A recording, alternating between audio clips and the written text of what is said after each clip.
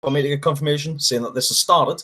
And the Hangout is now on air. Ladies and gentlemen, lads, lasses, people with glasses, thank you for hanging around for a while. For some reason, YouTube appears to have said that the live stream was starting. Oh, no. Shut up. I can't find my mouse. Right, there we go. I forgot to mute that. So for some reason, YouTube seems to have said that the show was supposed to be starting at 8 o'clock, even though I did tell it 8:30. But we're here now, so thank you very much for tuning in to watch it. Tonight, I am currently joined by Albert and Chan, Mr. Chandy Man. Guys, would you like to introduce yourselves? Evening. that was it. Go on, a little bit more, Albert. I say it every week. You know. Well, say it again. Am. We might have new viewers. We probably haven't because I've kept I am about half an hour. Albert. I run Click Clack Piao, and I'm also administrator on Pump Fury. Fantastic. And Mr. Chandy Man? Chandy Man. Well, now newly launched. Owner of Northern Custom Works. Fantastic.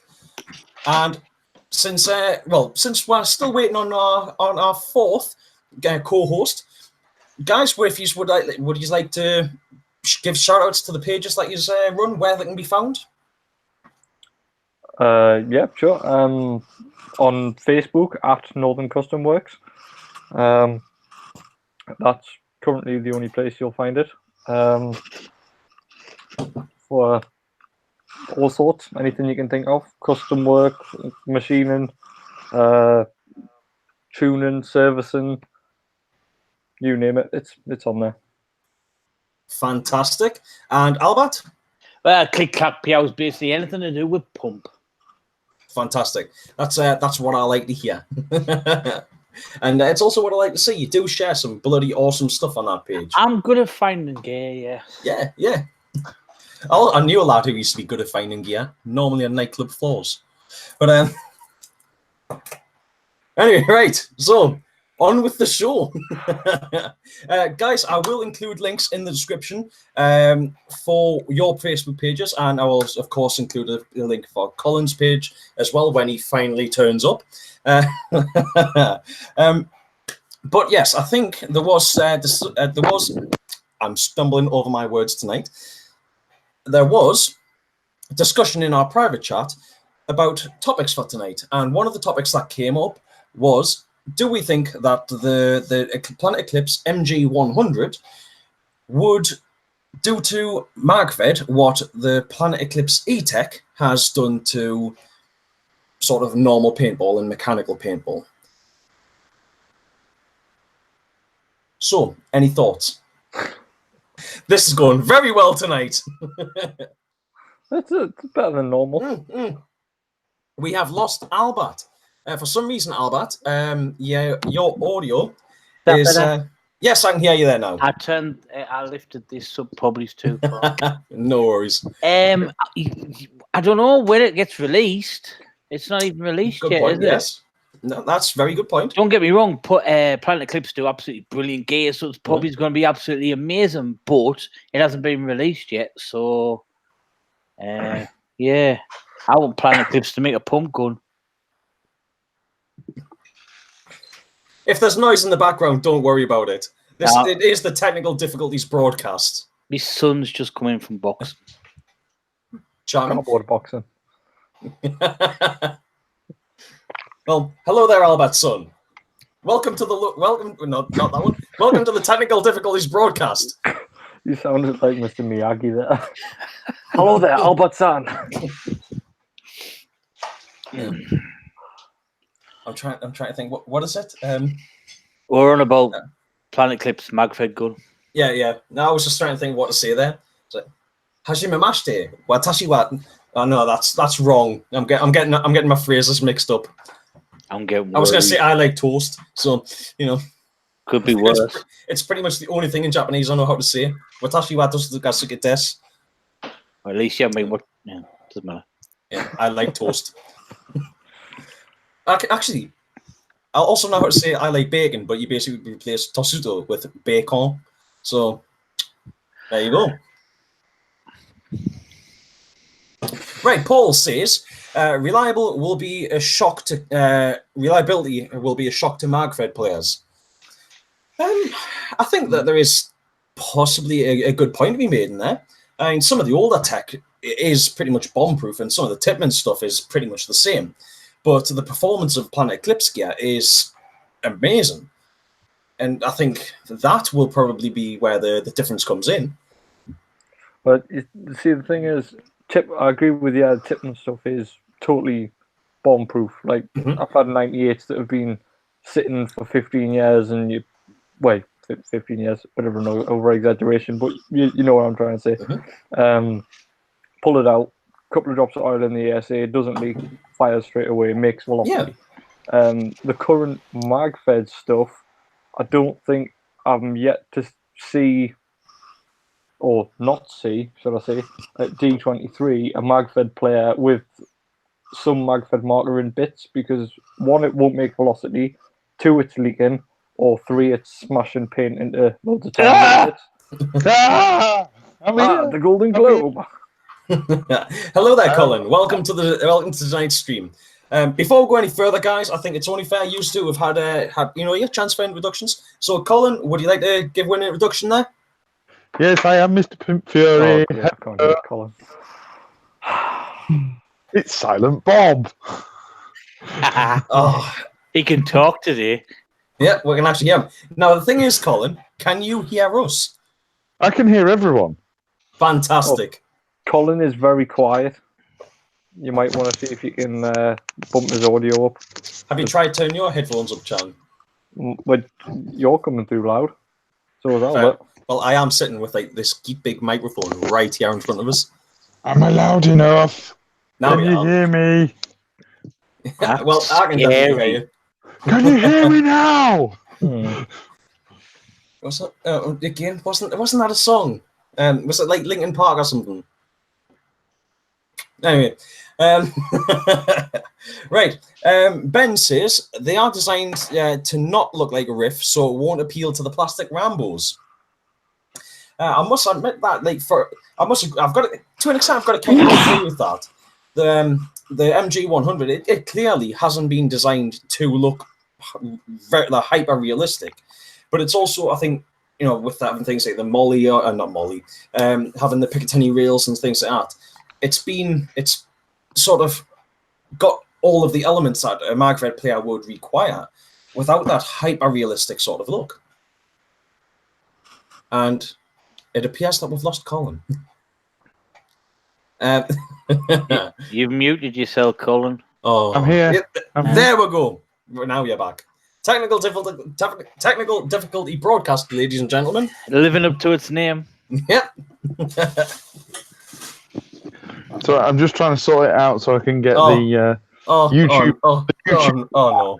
and the call sorted on the screen. Right. Chan, can you hear me? Did that work? Did what work? Well, now I don't know if I can hear Colin. Can Colin hear me? Oh, I can't hear Colin. I've got nothing. He's saying words. Clearly. Nothing's coming out though. Oh, what's that? Oh, I think I've also lost drinking? Albert. Oh, God. Oh, you lost us all again now, Chan. Chan, why is it only ever you? Why is... I can hear you. Chan is using KFC's Wi-Fi. Is not as good as McDonald's Wi-Fi. No. Definitely want to stop calling him Chan, and we'll call him Quiet Bob. Silent Bob. He can hold the radio for us while I dance naked. He's definitely Silent Bob because he's not hearing me. I can't hear you now. Oh yeah, no, I can't. Yeah. I knew it. I knew by the look on his face he was faking it.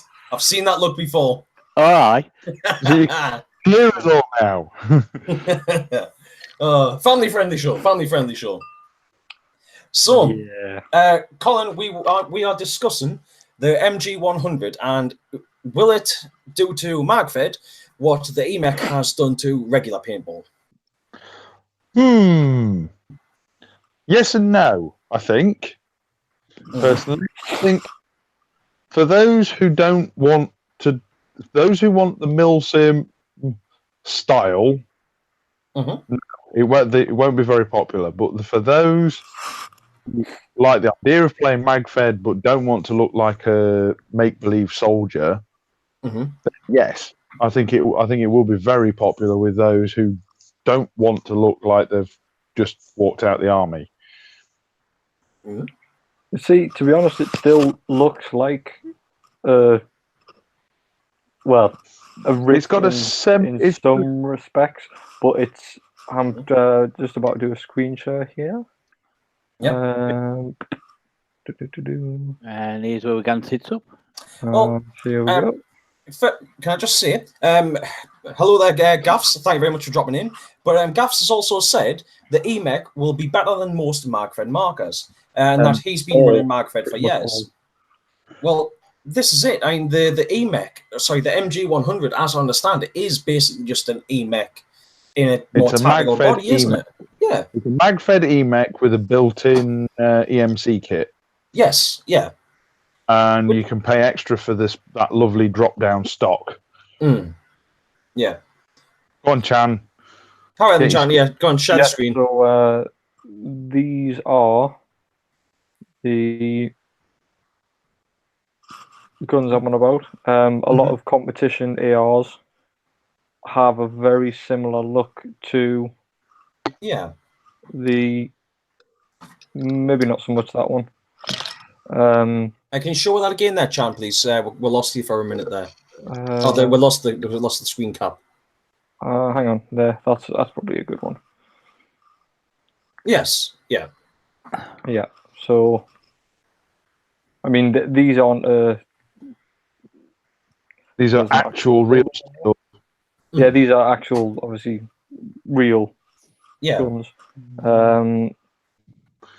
There's obviously quite a. Why is every page got an error on? So basically, what you're trying to say is it's the MG100 is more sort of streamlined. Would that be fair to say? Yeah, it takes on more of a sporting aesthetic to firearms use. Whereas it's more like a MagFed is like a lot of military look-alike stuff. But this is something that the military couldn't afford to issue to everybody. Yeah. It's like 3-gun competition ARs. Yes, yeah, exactly, Colin. Yeah. Well, I get exactly. I get what you're saying. It's sort of the military can't, that for all they can afford to give people hundreds of thousands of pounds worth of kit, they can't afford to give the most high end. They give what is functional and practical. But those that are in the private market, or the sort of private companies, private buyers, whatever you want to call it, they can't afford to spend bigger bucks. It's why you'll see airsofters running around with all of the latest issue gear, but you've actually got real squaddies wearing gear that is years and years old, or not even functional to some extent. Yeah, I mean, I can get what Chan's looking at. His point on that. It's still, I mean, to me, it doesn't look like an AR, but I've seen a lot of real guns around and whatnot, and I've comparing it to an AR from Airsoft or M4 or M16, whatever you want to call it. It's not going to look like a real gun. But to someone who hasn't seen a real gun, who isn't interested in real steel stuff, it will still look like a real gun. Oh yes. If you walk down the street with it, someone is going to call the police because they think you've got a real gun. Well, I think when it comes to stuff like that, I always kind of throw back to. Are you all familiar with the Brass Eagle blade? No. Right. Yeah. Well, Chan. I'll get one. Yeah, that's it. It's if you can find one. But basically, the Brass Eagle blade was, the Walmart kits that people used to buy. where you'd get like a very cheap set of JT goggles. You'd get a couple of 12-gram sparklets. You'd get a Brass Eagle blade, and the later versions had an integrated hopper. And then you got like a bag of paintballs, and it was like, right, you can go out and you can play with that. And realistically, they were terrible, but I think they sold reasonably well. There we go. Chan's actually got some pictures up there now. We'll go. I'm just trying to find out one that's Yes, I know. relatively Yes, big one. yeah. See, Well- they did the Brass Eagle blade, and then they did the Brass Eagle blade turbo, Yes. which took 2 12-gram sparklets. Yeah. And that was the one that had the integrated hopper in it. There was also, I believe, the Brass Eagle Talon around about the same sort of time, I think Yes. it was. But anyway, so there was somebody held up a bank in the US somewhere with a Brass Eagle blade. And because in banks, they're just taught to hand over the money. You don't question it. You don't fight it. You just hand over the money. It's all covered by insurance. And then they catch the person later on. But there was CCTV footage actually released of somebody holding a bank up with it. And that's the thing. It kind of highlights the fact that when people don't know, they'll just, when people don't know that it's... Bank wasn't in Texas. Probably not. And that was like, you've got a toy. I still love, talking to that, I still love that clip where it was like somebody went into a shop in somewhere in America for to rob the place, and everyone inside the shop shot the guy. Yeah. That's the America that I love. Right. Yeah. Gaff says you can tell the difference between speedball and Magfed markers when you shoot them. And again, Yes, definitely agree with that. Yeah. The train inside them is generally completely different. Yes. Because 9 out of 10 Magfed markers that I know of are either based off a Spider or a 98 blowback. Yes. Well, this is it. It's most Magfed equipment is based off of sort of older tech. Now, there's nothing wrong with that. A lot of gear all reliable tech. Yeah, that's it. And a lot of gear, I can't say anything against that because a lot of the gear that us guys use is older tech. But that is the situation up until you had things like the DAM. I think the DAM was pretty much the newest sort of innovation for Magfed, and it was just a tournament marker in a Milsim style body or a more Magfed style body. The TPX and the TCR were they were a bit more sort of. Mm-hmm. But even then, they were based on old tech. I mean, if you. Yeah, exactly. That was it. It was Automag tech.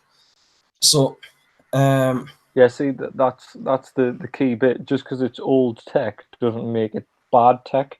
That's so exactly it. Yes. The Automag stuff, yes, spot on.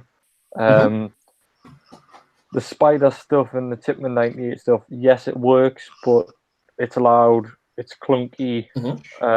It's not particularly gentle on paint. You get a lot of blowback. When you were saying, obviously, we shoot old school markers, especially when you're sort of taking into account stuff like FT cockers and Evos and custom build stuff. Those outshoot current Magfed markers. Yes. But they predate them. The thing is, I wouldn't necessarily. I mean, yes, things like the RT and stuff. Yes, obviously they're gonna outshoot most Magfed gear. But at the same time, a lot of current Magfed gear, the reason what limits them or what means that like an RT Automag can outshoot it is because they're limited by what paint they actually have in the mags. Yeah, Gaff's. I apologise if I've murdered your name. Gaff's. He's just saying he's got a Spider Hammer 7, which is Nelson pump tech. Really old, brilliant tech, but really old. But that's the thing. I mean, the Nelson tech is probably older than like me, Colin, and Chan. Albert, I think. What are you trying to say? Well, no, but it's like, I mean, if you look back at the original Nelspot, what was it? The Nelspot 007? Yeah. That was like the original paintball marker, and that was Nelson valved. That was what, maybe the mid 80s when that was being used, or possibly even the early 80s when it was actually used for like animal and tree marking. Yeah. So I think it's And what, Colin? You're 30. You've just turned 30, haven't you? Yes. And I'm nearly 31, so it would have been a few years before even I was born. So Yeah. yeah. And Albert's like, I've been playing. And that's the thing. I mean, that would have been before they. Well, it would have been years and years before you even played as well. I suppose, Albert. 2 seconds. I'm just checking something. Yeah, no worries. But I think that would probably have been the original. Well, that was the original paintball gun. Yeah. Release date 1972. So that was the year I was born. The bloody hell. The Nelspot 007 was 1972. Yes. So that's like what? I was never great at maths. How old are you, Albert? 47. So 47 years ago, yeah, the original paintball marker was created. And people are still using it. I mean, like if you look at how popular the Hammer 7 actually is, and was. That was a genius mark when they brought Spider should never have taken. Well, Kingman should never have taken that off the market. It should have still been going. People would have still been buying that marker more than happily. Yeah, because it was simple, reliable, and good tech put into a MagFed body that is so customizable. I mean, some of the things that people have done with those look incredible. They genuinely do. I mean, I'm not massively into the Milsim side of things, but some of the builds people have done with those are incredible. Yeah. Well, I mean, the most popular paintball sniper on YouTube generally uses Hammer 7 conversions, and that's the Hidden Hedgehog. Yeah. Yeah. See, the same argument applies. That Nelson valved gun is, well, yes, obviously it's got a massive advantage because it's a pump and it's not shooting as fast, but that will be gentler on paint than the majority of MagFed stuff. Well, unfortunately, that is probably true. Yeah. Whereas this is why I think the MG100 is totally going to shake up the whole market, because you're going to be able to shoot more fragile paint through it. Yeah, and I think it'll make a very good, like the Hammer 7 has been for snipers with the bolt action and all that side of things. I think the MG100 will be a fantastic base for custom builds for semi-autos. Yes, and I'm very interested to see things people do to Hammer 7s is convert them for D-mags. Yes, for the damn mags. Yeah, well, you see, now that's something I'm very interested in with the MG100. Of if who's going to be the first person that converts one to take a die box mag, because it'll fit, but it won't work because of the Bluetooth link up. But who's going to be the first person to bypass the Bluetooth link up, or to just swap it for possibly swap it for? Chan puts his hand up. Chan, I hope you do. If somebody wants it done, just Chan, I think if you want to do it, and if you can do it and prove that you can do it, I'm not buying a gun and a box mag just to prove I can do it. If why somebody not? wants it done. Chan, if you want to do it, tell you what, you buy the box mag gun. No, because then I've got the useless bit.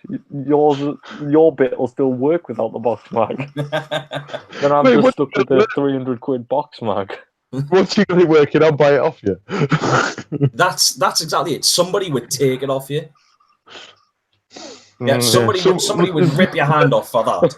When box mag that works with rephrase that, Dex. But no, I genuinely think the MG100 is going to be fantastic for custom, for semi-autos. Yeah. I really, really, really, really would love to get one and build a proper silent sniper out of it. Mm-hmm. Yeah. But even, like, obviously Dex shot my EMEC at speed. Yes. The sound signature difference by putting a 14-inch Stellar onto the standard one was massively different. And obviously I've heard yours with the rain cover on, Colin. Yeah. We're not in the States. You don't have to call it rain cover. Not heard it, should we say, with the rain cover on. Well, yeah. Yeah. We don't have to be PC. We don't live in the States. You can say silencer. I'm not sure if you can, Albert. Yeah. Yeah, you can. It's not It's a America. Not a silencer, it's a suppressor. Yes. Gaffs is saying he's made a box mag before, using a Halo to work with M17, which I think there has been a few people that have done that own homebrew sort of box mags. Oh yeah. Yeah. With the Halos was really common. Mm-hmm. What was I can't think what the name of it is. What was the feed system they used to use on the old Automags? Where you had warp feeds. Yeah, it's basically you use a Halo to recreate a warp feed. Yeah, or you could just buy a warp feed. Yeah. I still want to get my hands on a warp feed, but they're not as easy to get hold of as to be fair, they've never been easy to get hold of in the UK. I did actually contact AGD a few years back and asked if I would be able to buy one, and said, "Oh yeah, we've got the stuff in," but then I just never had the money to actually be able to do it. So maybe one day. I'm not sure Ben hasn't got a couple. What was that, guys?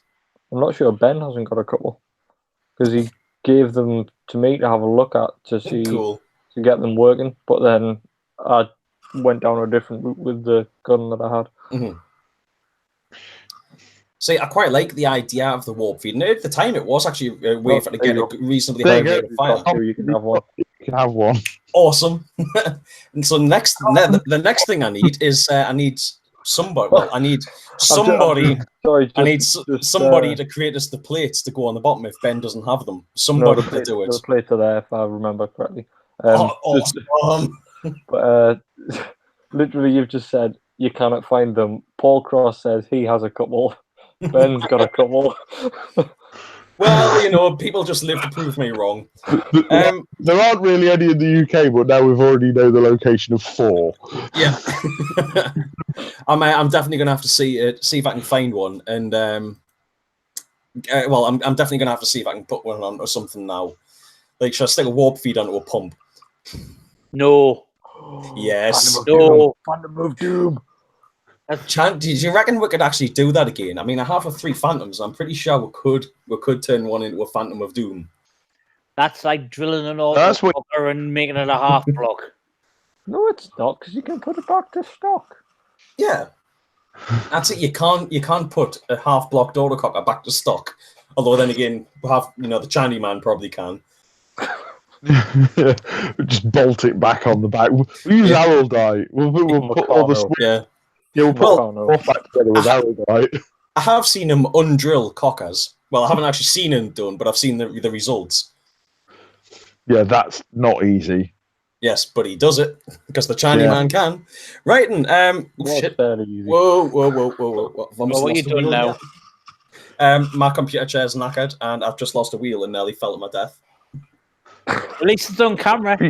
You can't be that far away from the floor. Dibs on off when you send it to YouTube. He'll land on his imaginary dog. Yeah. It occurred to me the other day, like, people sent in videos to You've Been Framed years ago, but the You've Been Framed didn't decide to actually decide not to use them in the show. If they still had the videos on file and they use a clip from 30 years ago, is somebody really going to go back and go how I didn't get my 250 quid? Probably. 250 quid is 250 quid. I mean, come on. Colin charges a premium. That's half a day's paint for Colin, the way he plays with his pump. Yeah, true. No, that wheel is not going back in right now, so I'm just going to have to not lean forward. We promise we won't laugh if you fall off it. Yes, you will. Laugh much. Yeah. Paul says you need one hell of a strong ball detent in it. Is that for a warp feed, probably? Well, I suppose it depends on what it's on, doesn't it? Because the whole thing with the Phantom of Doom was, and I'm guessing, well, I don't know if Paul's seen it or not, is you pump. Well, we're we had a Phantom set up, and for some reason it just vented all of the air down the barrel, but only when you pumped it back. So with a force feed hopper on it, when you pump back, it just emptied the entire hopper down the barrel in one go. It As was fast as amazing. the hopper would feed. Yeah, as fast as the hopper would feed. It was awesome. The velocity on it was really bad, but if you're mugging someone out, it would be amazing. Mr. Gaffs is saying he thought we were all from America. No, we're all British. Yes, Sorry. indeed. Really? Gaffs, I saw that you asked earlier on about like we're calling you. Would you like to join the chat? If you would, post up in the comments, and I will see about sending you an invite. But only one guest on a night. Well, it'd be nice to get, but since I was discussing the MG100, it'd be nice to get someone who's used to MagFed play more so than us, because in our own admission, none of us actually really play MagFed. Well, I had a brief sort of experiment with it. Yeah, I have a MagFed gun. You went gay for a little bit. I took it out once at Drake Low, and then it didn't like the paint, so I put it away. Yeah, And it's never been out since, yeah. which is a shame. It's a TCR with a full silence barrel kit for it. Very nice. I've rented a MagFed gun at District 23. Does that count? Yeah. That means you played MagFed. Gaff says yes, but my English is not perfect. Gaffs, we're English and our English isn't perfect. So, Yeah. True. A Yorkshireman, 2 Geordies, and a pit yak, and we can't speak English to save our lives. Yeah. I speak 2 languages, English and bad English. Right. You don't speak English. You only speak bad English. Can anyone name the film? If I send Mr. Chandyman a picture, can he put it on the screen share? I'm pretty sure he can. Right. So. If I can find it. How are you going to send me it? Send it a Facebook Messenger? Pigeon? Carrier pigeon. Right. I'm just having a look through Tritech's video page to see if I can find the full auto Phantom of Doom. Right, Gaffs, can you send me a message, please, with your email address, and I will send the chat link over to you.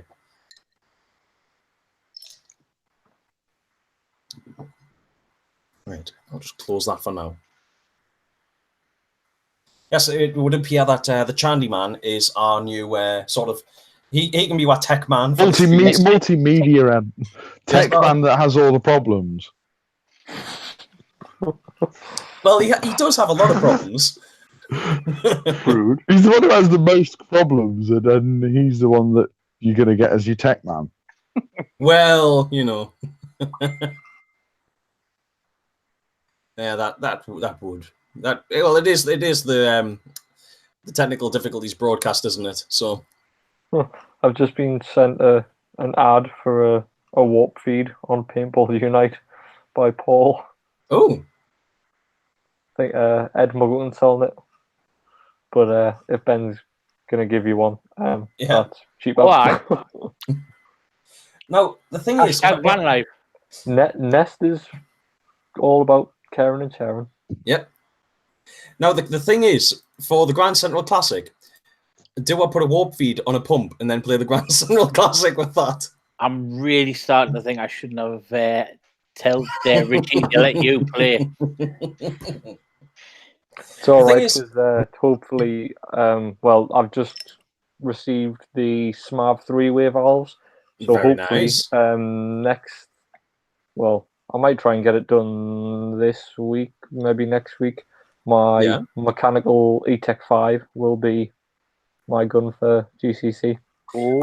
Thing is, though, are you allowed to use double-triggered mechanicals? As far as I know, because hinge-framed cockers are allowed. True. And if they're gonna say, "Oh, but you can't walk a hinge-frame cocker," I will take a hinge-frame cocker and show you that you can walk a hinge-frame cocker. Yeah. I don't honestly think there's anything. Should have some photographs. Photographs of Pew Pew. Can Can you post them sort of images on YouTube?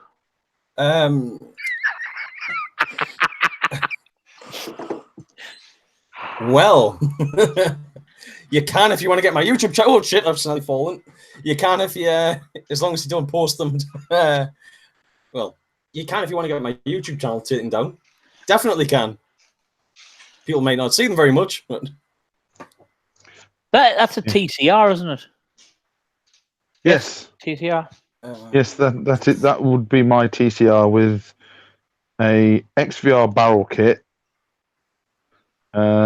with proper working suppressor, carbon fiber suppressor.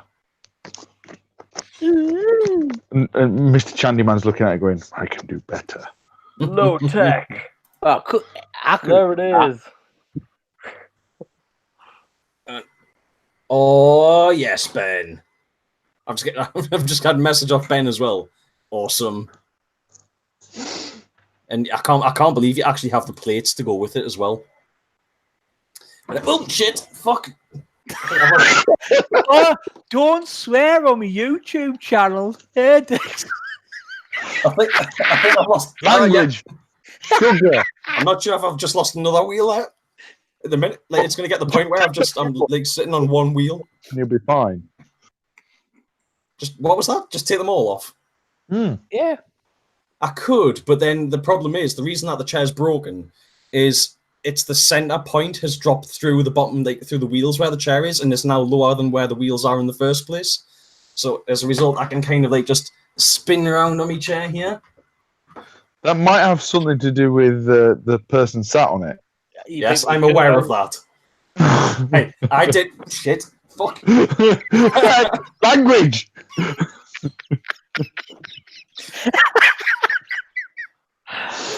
I did 15 mile on my bike on Saturday. I was very proud of myself. I did I'd walk that. I did Yes. 8.5 miles on my bike and went over the bars. Over the bars as well. Yeah. I drove more than 15 miles.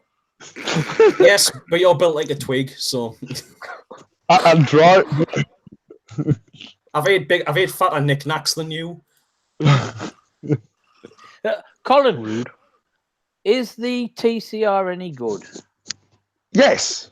There's it a friend is. of mine, God help him, for some reason wants to go into MagFed, and he likes them. And he's asking me, and I was saying to him, I haven't got a clue. I've never dealt with one, apart from I've had one in my hands before, but I've never shot it. The TCR. The MG100. I'll say what I would say. The TCR would be great around somewhere like District 23 Well, because it's really compact. Yeah. But then you're probably better off with the TPX or TIPX with the 12-round mags for somewhere like that. But I would still say that the MG100, even though I've never actually shot one, will probably be better. Well, it's not going to shoot any different to the Emax that we've got. Yeah, and it's just using got a fancy. yeah, and it uses It's just an arguably Emac in drag, as Dex probably would say. yeah, and it's one of, if not the best mags on the market. One of the most expensive as well. Yeah, but the DAM mags are quite. The springs aren't overly tensioned on them. Yeah. Compared to some of the other ones, which have got really stiff springs, which turn paintballs into little frisbees. Yeah, that does seem to be a bit of a problem with some of the MagFed gear. What I do like is I can't remember, was it the ADN MagFed stuff where they didn't actually use spring-fed stuff? They used chain-driven mags. So you would load up your mag, and then as the marker fired, it cycled the chain, which then just fed the next round in nicely. I thought that was actually quite a good idea, and it worked, and from what I understand, but they're very, very uncommon. I'd love something that was belt fed. That'd just be brilliant. Well, yeah, I think the closest to that. I think the closest to that is the Tipman SMG 68 or the SMG 60, depending on how far you want to go back, which was clip The fed. SMG 60. We're going back to 60 cal paint, I think. Yeah, we're slowly working our way down there. Paint that was at the last game I was at. Yeah, that's it. Paint does seem to be getting smaller. I think they're trying to bring 50 cal into the back door. Yeah. Gaff says, "Can we show our markers?" Unfortunately, Gaffs, I can't. I have nothing to hand at the moment. Some of the other guys might be able to. And he also says the CCM SSR marker is the best MagFed for him. Is the CCM SSR not the bolt action sniper rifle that you could use actual shell casings with it? Pass. I don't know. I know it's the only CCM that looks like anything Milsim. I know that. Yeah. I don't think that's actually, unless the last I heard, there was only like a handful of them actually ever really made. Yeah, I don't think there were many made.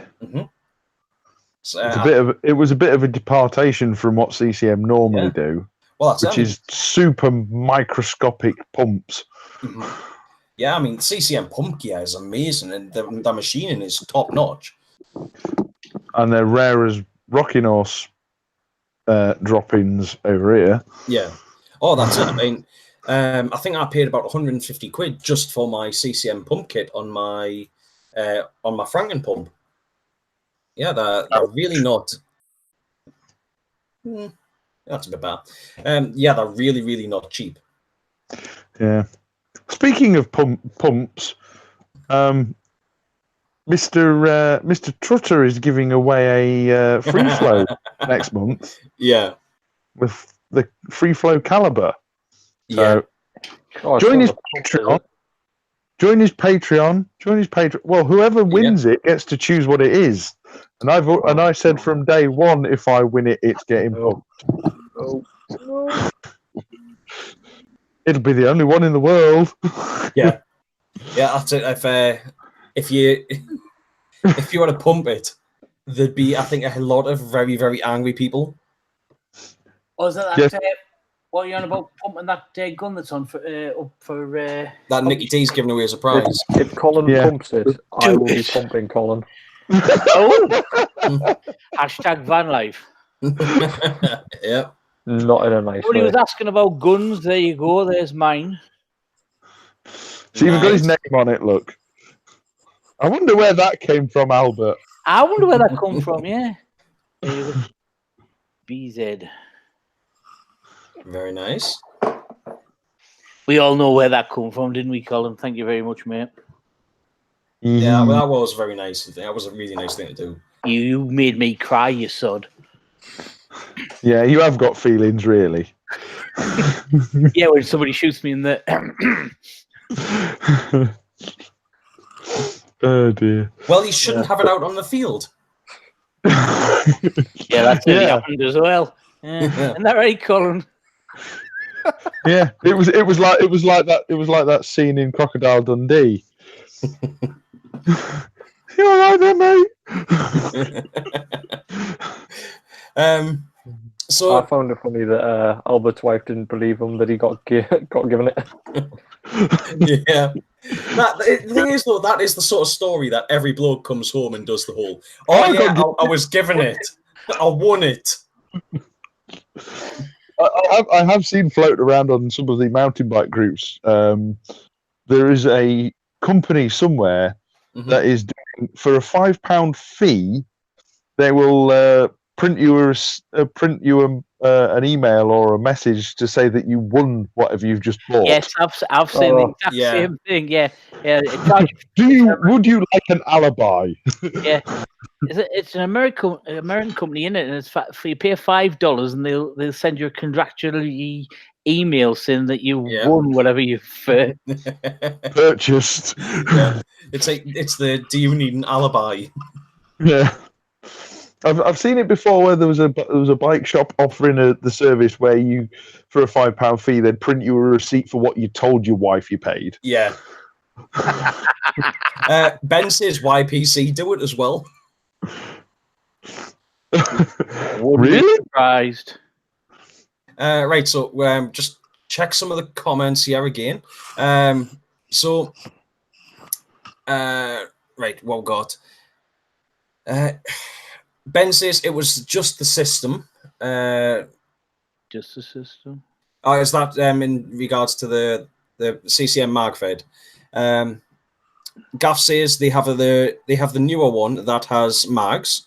Ah, that's awesome, because I know that I think that was one of the original issues. That was that they had the rifle and they had the rounds, but they didn't actually have a mag feed system to load the rounds in. You had to load them like single shot by hand.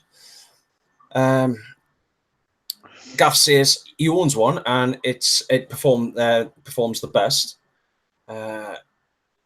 Ben also says, but CCM is still going. You're going to say that something there, Colin? I'm pretty sure that if you wanted to go for single rounds at a time, I'm sure everyone's seen the Eclipse video that came out a few years ago, where they use an E-Tech with the first strike round. Yeah. Yes. Take the bolt out, feed the first strike in, then put the bolt back in. Yeah. Yeah. I've been tempted to do that a couple of times. You know what it is? I know Eula Madam Alba and Eula Madam Chan.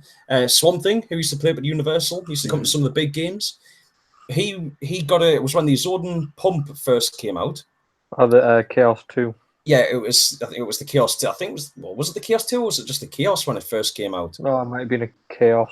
Yeah, because he got one of those. He modified it, did loads of stuff to the insides of it, and then one of the other lads, going slightly off the story, but one of the other lads bought one a couple of years later and opened them up and compared them, and everything that Dave had done to his, Zordon had done to theirs to improve it. Yeah. So, I can believe that. Yeah, but Dave, what he would do is, he'd play a pump with it, and then every now and then he would carry like first strikes out on him, and he would just pop his bolt out, stick a first strike in the breech, put the bolt back in, and then shoot them. And he took me out a few times by doing that. I've muzzle load first strike in an old Tracer before. Yeah, used a Yeah, fluffy. with a Yeah. yeah.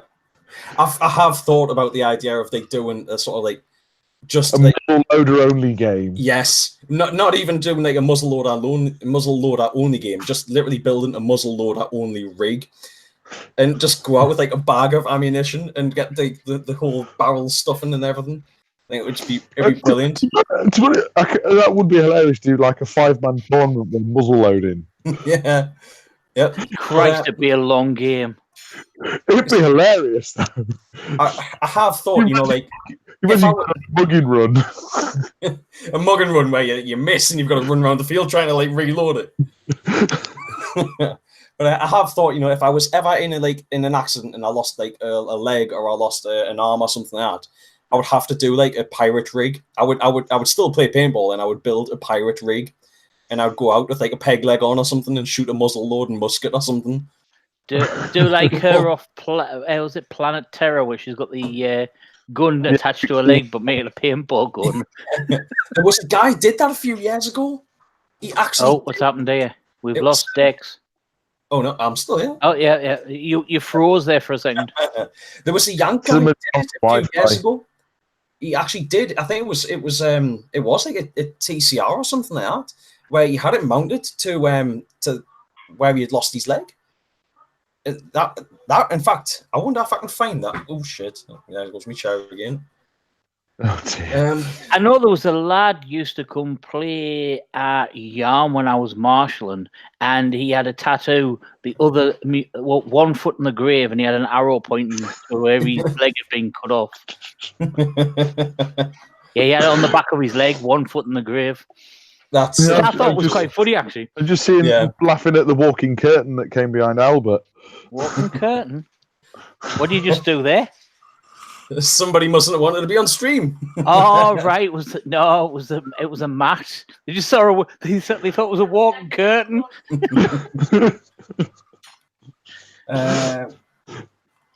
Oh dear. But I mean, that MG 100 is going to be open to all sorts of mods. All sorts. It's going to get dropped in wooden stocks and all sorts. Yes. The thing I'm curious about, will the grip frame off a Ether 2 load into the grip frame and so you can go from a mech to an electro. I'm not sure why you'd want to. Jan? Yeah, this is it. Another project. Yeah. It looks- It's like it was the DJ Khaled thing. And another one. And another one. No, I'm booked. I'm shoving slides and work in there. I think if you did every single project we've given you, you'd be fully booked till 2030. Yeah. Since the page went live yesterday, day before, Yep. It's been up for like Yesterday. 2 days. I've just been spammed. Yeah. What, people asking you to make stuff? Yeah, pretty much. I've got barrels coming to be freak board. I've got half a dozen, 7 or 8 maybe, guns coming for ego mods for Cocker Feed next. 3 of which are Evos. Make Rich Robson cry. Make sure you record that being done. I know I'm really Yeah. looking forward to your mechanical mod on an E-Tech.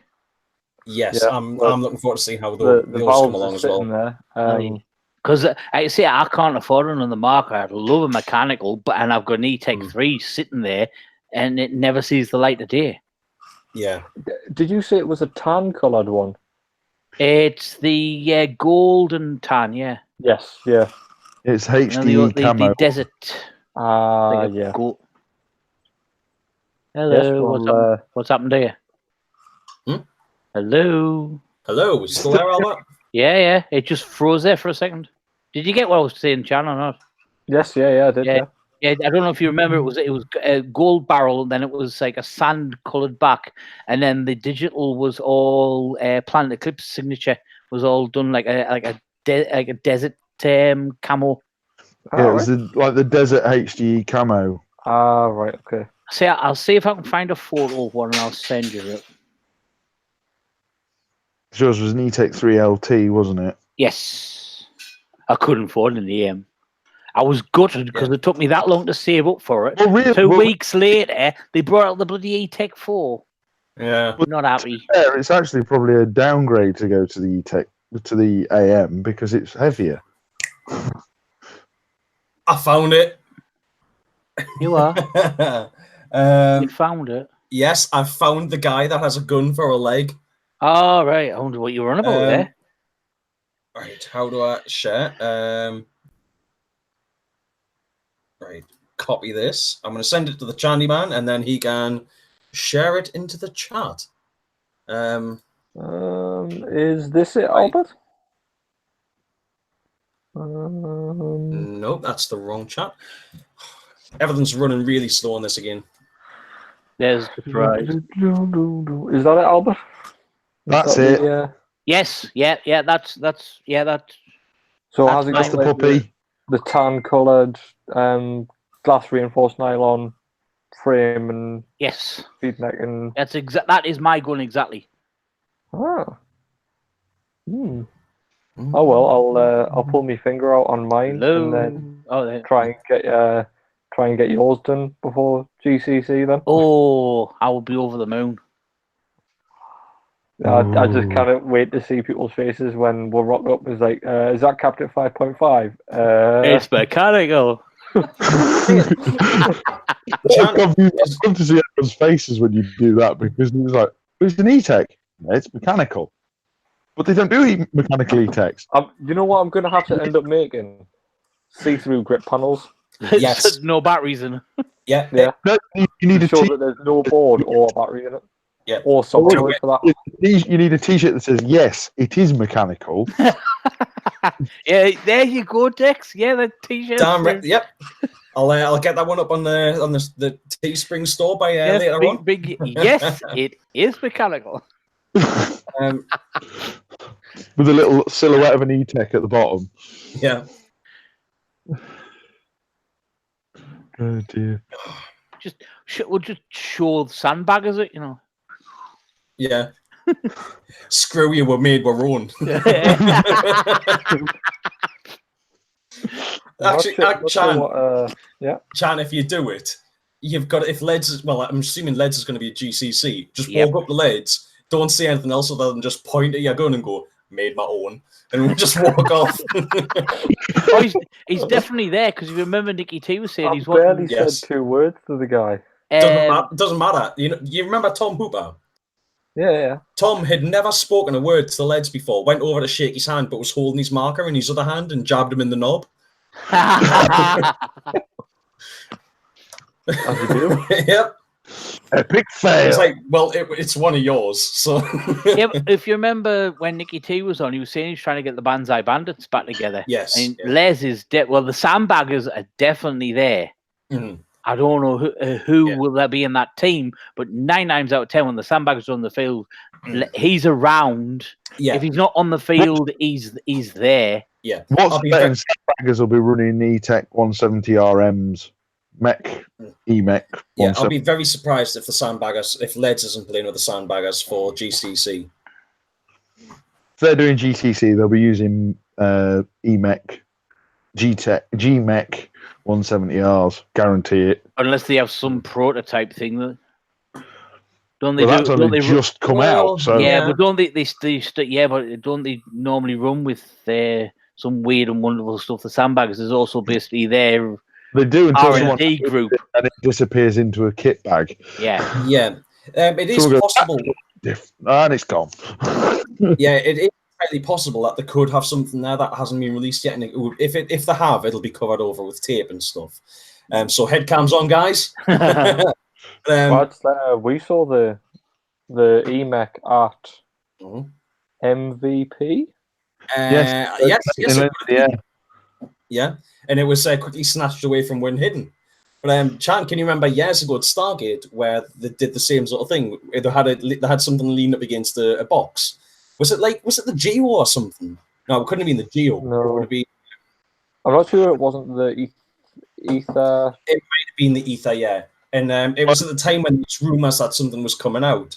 And I know at one point, Batmoji had a LV1 when the Evo 11 was still out. yeah, They had an LV1 that had black tape all over it and a macroline taped to the foregrip. I Yeah. remember that. Yeah. yeah. But that's the thing. Nicky It's T is taunting me in the comments, saying he can hear me now. yeah. Yeah, we can hear you. See, we can all hear each other, so I'm going to blame Nicky. Why? What the problem was? It's all right, Silent Bob. Oh, dear. Yes, so hopefully that'll be finished and Yeah. workable, because Oh, that the, was the trigger great. pull should be akin to your mechanical ion, Colin, but obviously the Which trigger geometry is slightly different. Mm. I think, if anything, the trigger geometry on it will give you a little bit more leverage, so it might be a slightly lighter pull than your ion. There you That'd go. be nice. We'll get an answer. Nicky, double triggers with a mechanical. Is it allowed in the Grand Central Classic or not? Good point. Good idea there, Albert. Using three-way valve. If it's not allowed, I'll cut it down into a single. Well, it's the legacy mode isn't allowed, but I suppose if it's just a three-way valve, then I don't see any reason why it shouldn't be allowed. But it's basically putting a cocker three-way inside the grip frame. So if a cocker's allowed, then by rights the three-way valve inside of the trigger frame should be allowed. Yeah. So what's a mechanical E-Tech going to be called though? The Metec. It's not Metec. It's got to be like Mectec. EK. Me-Tech. We'll just call it the Chan. The Chan. Yeah. I think it should be called the EMEC. E-Chan. Chan on E's. Yeah. What are you spinning around in your? Oh, it's the bloody wheel. It's my up your wheel. I wonder what the hell are you doing there? I'm hoping by next week I might have a new chair. Yeah, yeah. I reckon the Me Tech. That No, that sounds too much like the Me Too movement. the what? The what? The Me Too Yeah, I movement. knew only Dex would get that. Yeah. Oh. I still think the Mech Tech, that could be quite good. Mech Tech. Yes. So, Chan, if I give you my my Ion, are you going to mech that as well? I've got 3 valves. I've got a nice Ion down here that love to be mech'd. You've Oh, already got one. You've got Yeah. one. Yeah, you've got one. Stop being greedy. Actually, I know what I have got that I do want you to have a look and see if it'd be possible. I want to know what you haven't And it got. was something Colin. different. Why does everybody say the same string of words? I'm wanna good. know I want you to what have a love look at to is. see if it would be possible. Yeah, I've just you like this one because it's a cyborg. gave You up want on me to the. make the cyborg?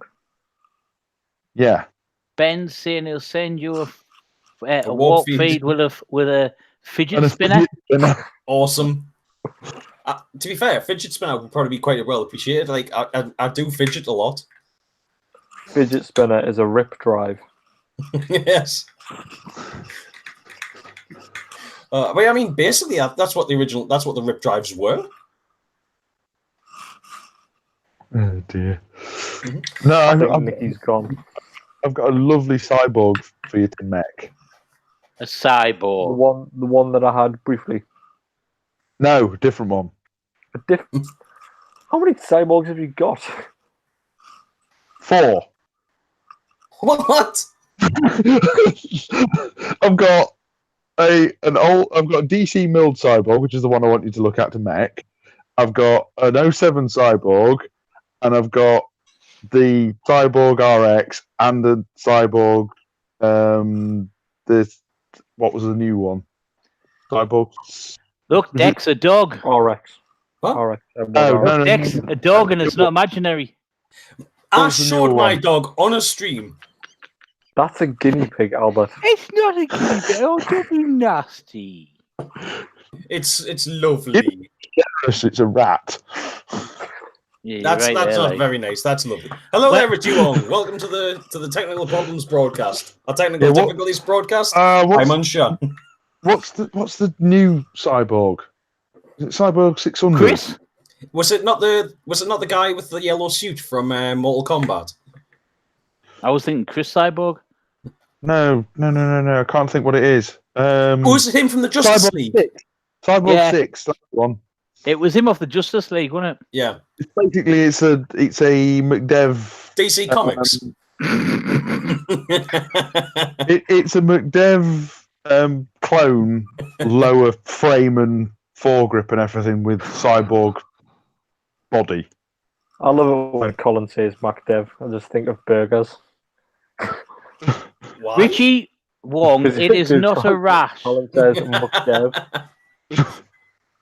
It's not. It's not nice to say it's a rat. I must admit, I did love Chan's face when I said when he asked how many cyborgs. I said 4. He's like, shock horror. It's Don't not. need It's not a rat. It's a smooth-tailed squirrel. They are all different. What rats? Same as I've got. Anyhow, what do you guys think about D-Day being finished? Only one more year and D-Day is going to be gone. There's another game off me bucket list. Well, It's an institution, that is. Yeah, that it is a bit devastating that school. It's it's I know another one that it's been around for probably a gateway. It's definitely been around for longer than I've been playing. It's a logistical nightmare, I should imagine, the amount of people, because there's like 4,000 people or something stupid like that. I think Martello said he was on about sorting out something to get people over. The only thing is, for the likes of myself, it'll take me longer than a year to save the money to go. Yeah. and it was one that was on my bucket list. I always, there was that and Living Legends. Obviously, Living Legends is still going, but at a different place. It's not at CPX. Is it CPX? Yeah. Yeah. And like I say, now D-Day. Yeah.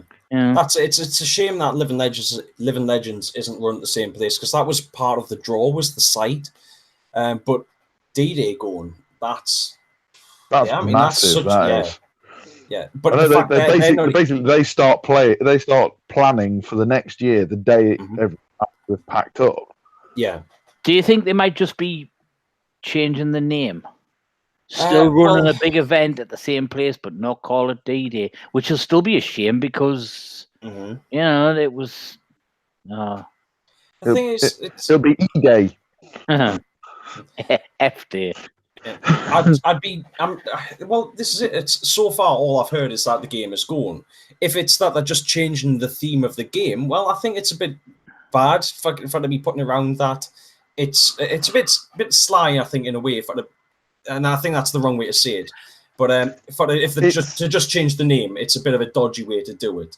But isn't how it's coming across to us. Yeah, deceptive. Yeah, but that doesn't seem like that's how it's coming across to me. It seems more like it's this is the end and we're not doing anything more. Are numbers dwindling? I don't know. At one time it was the biggest game on the planet. I know now people argue that there's a game in Russia that's bigger.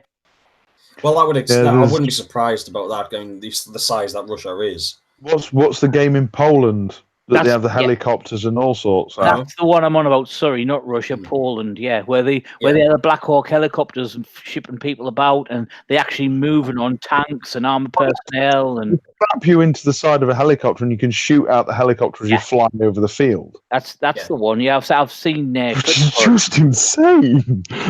Yeah, isn't that now supposedly the biggest paintball game on the planet? It's actually overtook D-Day. It could be. I think it's one of the biggest sites. I don't know if it's the biggest for people. And I know for a long time the biggest game was D-Day, and they advertised it that way. But I know in the last couple of years, it's now been advertised as the biggest game in the Americas, because there is a game that's like more people play, and it's either in Poland or Russia.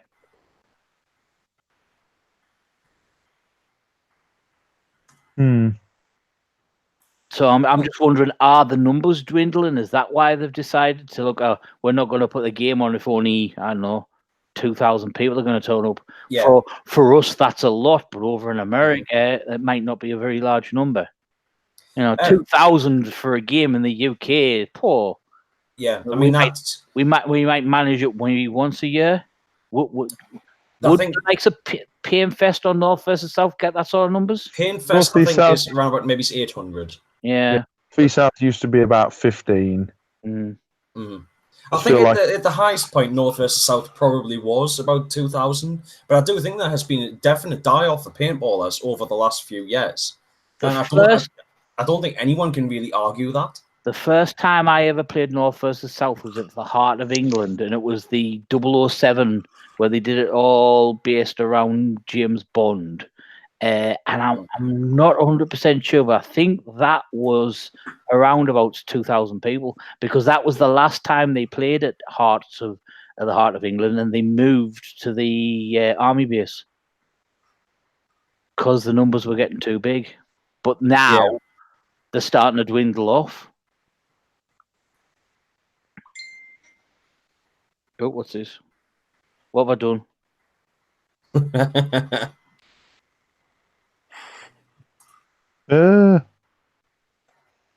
What have I done? Have you pressed something? I've pressed something and I've ruined it. No, I'm just getting messages. Yeah. Poseidon, yes, I will be at Painfest, but I won't actually be playing Painfest itself. I'll be playing the Grand Central Classic along with these guys here. Apart from me, I won't be. Oh, are you not playing Colin? Well, no. Fingers crossed if your last push is hard enough. So is it a you might be, you might not be? I think it's a pretty much I won't be. Right. As basically, it is due date. Well, that's just really inconsiderate. My own personal D-Day is the same day as Paint Fest. Yeah. Well, she's either going to have to cross her legs or push early. Yeah. Well, this is it. You know, I Well, suppose. it happened to Rich for Speed. Yeah. Well, wait, Speed weekend, and that was within like a week of her being due. Yeah. How far, like, how far away from Paintfest are you, Colin? It's about 2.5 hours. That's fine.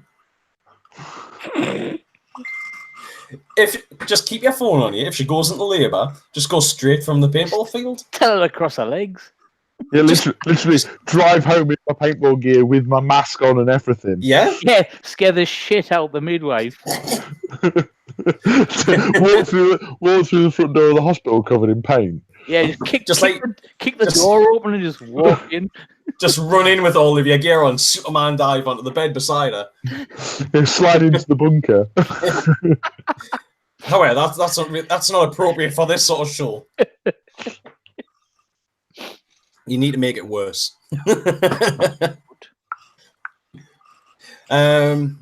Richie says, look at the limited number of games like Speed and Heroes. Limited due to logistics, but also adds to the fun factor. Yeah. I must admit, I do prefer a smaller game. Yeah, sometimes numbers don't make the game. Well, Yes. it's out. Yeah, that's it. I mean, you can go to a site and with 10 mates and run around and have a fantastic day. But I also like to have the option of being able to go and play these games where you are in a massively target-rich environment. Yeah, I mean, some of the best games I had prior to starting big games was when we were playing down at Combat Zone, and there were literally 6 of us, 3 aside. It just adds to the intensity because you can't tell where they are until they start shooting. Yeah. It could be anywhere. Mhm. Yeah. Especially in an overgrown field where you've got rhododendron bushes all over the place. It's like they literally could be anywhere. Yeah. It's like if you look at some of the stuff that OMG are put, like some of the games that they're advertising. Like if I don't know if any of you actually watch them as well, but Artwood, some of the videos that he posts up, and it's the same for some of the other guys as well that post from those sorts of locations, where the sites they're quite overgrown because a lot of them are like abandoned military sites now, and you know you can have a bush that is mostly blocking a window, so you don't necessarily see the window. You walk past and you get bladdered. Yep, things like that. It's stuff that they do hide people very well. These overgrown fields, and like if you get places like Paintfest, where I think it's down near the pyramid, where around those locations is very sort of overgrown, and then you've got the clearance where the game zones themselves, like the proper parts of the game zone, where they're quite clear, but then you've actually got to go out into the sort of overgrown bits to fight as well, and you end up with these intense battles and very sort of enclosed corridors amongst the foliage. Paintfest was a lot better when they had one team start at the event field, the other team started at the actual punter site. Yes. When they just have one team start at the bottom of the field, the other team start at the top of the field, all you do is you walk through the doors, one team turns right, one team turns left, big massive fight. I've literally walked around the rest of the field and not bumped into a single person. But when they actually had them, like say one team start at the punter site and the other team start at the event field, that was a lot better again because you actually met in the middle. Yeah. Instead of them just starting on the same side of the field. Yeah, you see, I think that was one of the problems that Stargate kind of had was after the initial kickoff. You know, you always like in the morning. You always had like there was the sort of the safe zone. You had the 2 areas so you could come out, but then one side was supposed to go right away down to the other end of the game zone. The other side was supposed to go right away at the other end of the game zone. After that initial game on, people would spawn right at the very back corner near the safe zone, and then just immediately go and fight each other. And they were fighting across from the 2 respawn points. And I think, you know, like you said, you end up where you have a very sort of small fighting area in a massive area. You know, Yeah. in these big game zones, you end up like fighting over a very small area. It's a bit silly. Yeah. I think that's one reason why I know I keep on going on about it, but one reason why I like Mayhem so much. Because Mayhem, one team starts at the top of the field, the other team starts at the bottom of the field, and it's like that all day until they swap. And then afternoons, you start at the top, and the other team starts at the bottom. And Colin, you've played it. You know what I mean? It is Mayhem is a awesome field. It's mad dash to try and take as much ground as possible at the start. A proper mad dash. Especially because one team, you are actually literally playing down bank, so you're running uphill. If you're at the bottom of the field in the morning, you're running uphill, literally. But it's for me personally. I know I'd said this before about Paint Fest until they started putting the price up and up and up and up and up. But Mayhem is one game I will not miss. Yeah. We've got Richie Wong saying thick bush, fna. Oh. You know, it's something I've said before, but what is it with paintball sites and there being rhododendron everywhere? And and I actually know the variety of rhododendron it is as well. And it's basically considered, it's almost being to the point of being classified an invasive species, the rhododendron ponticum. But why is there so much babies off?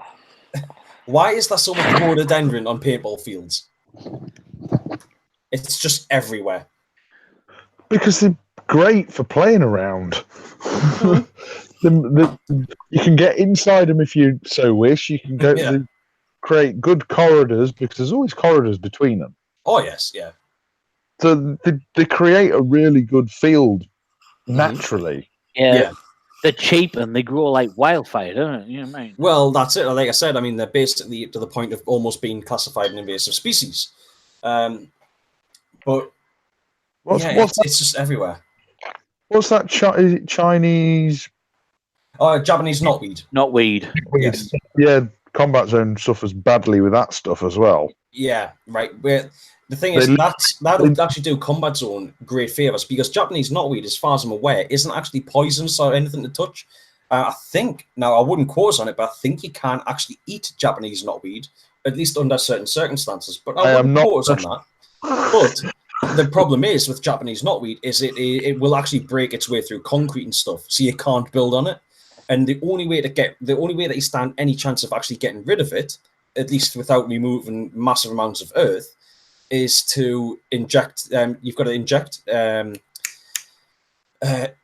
got to inject herbicide into it directly through the stem, which you need special qualifications to do. If you just spray it with herbicide, it doesn't kill it. It just basically shrugs it off and goes, "Give me more." Nah.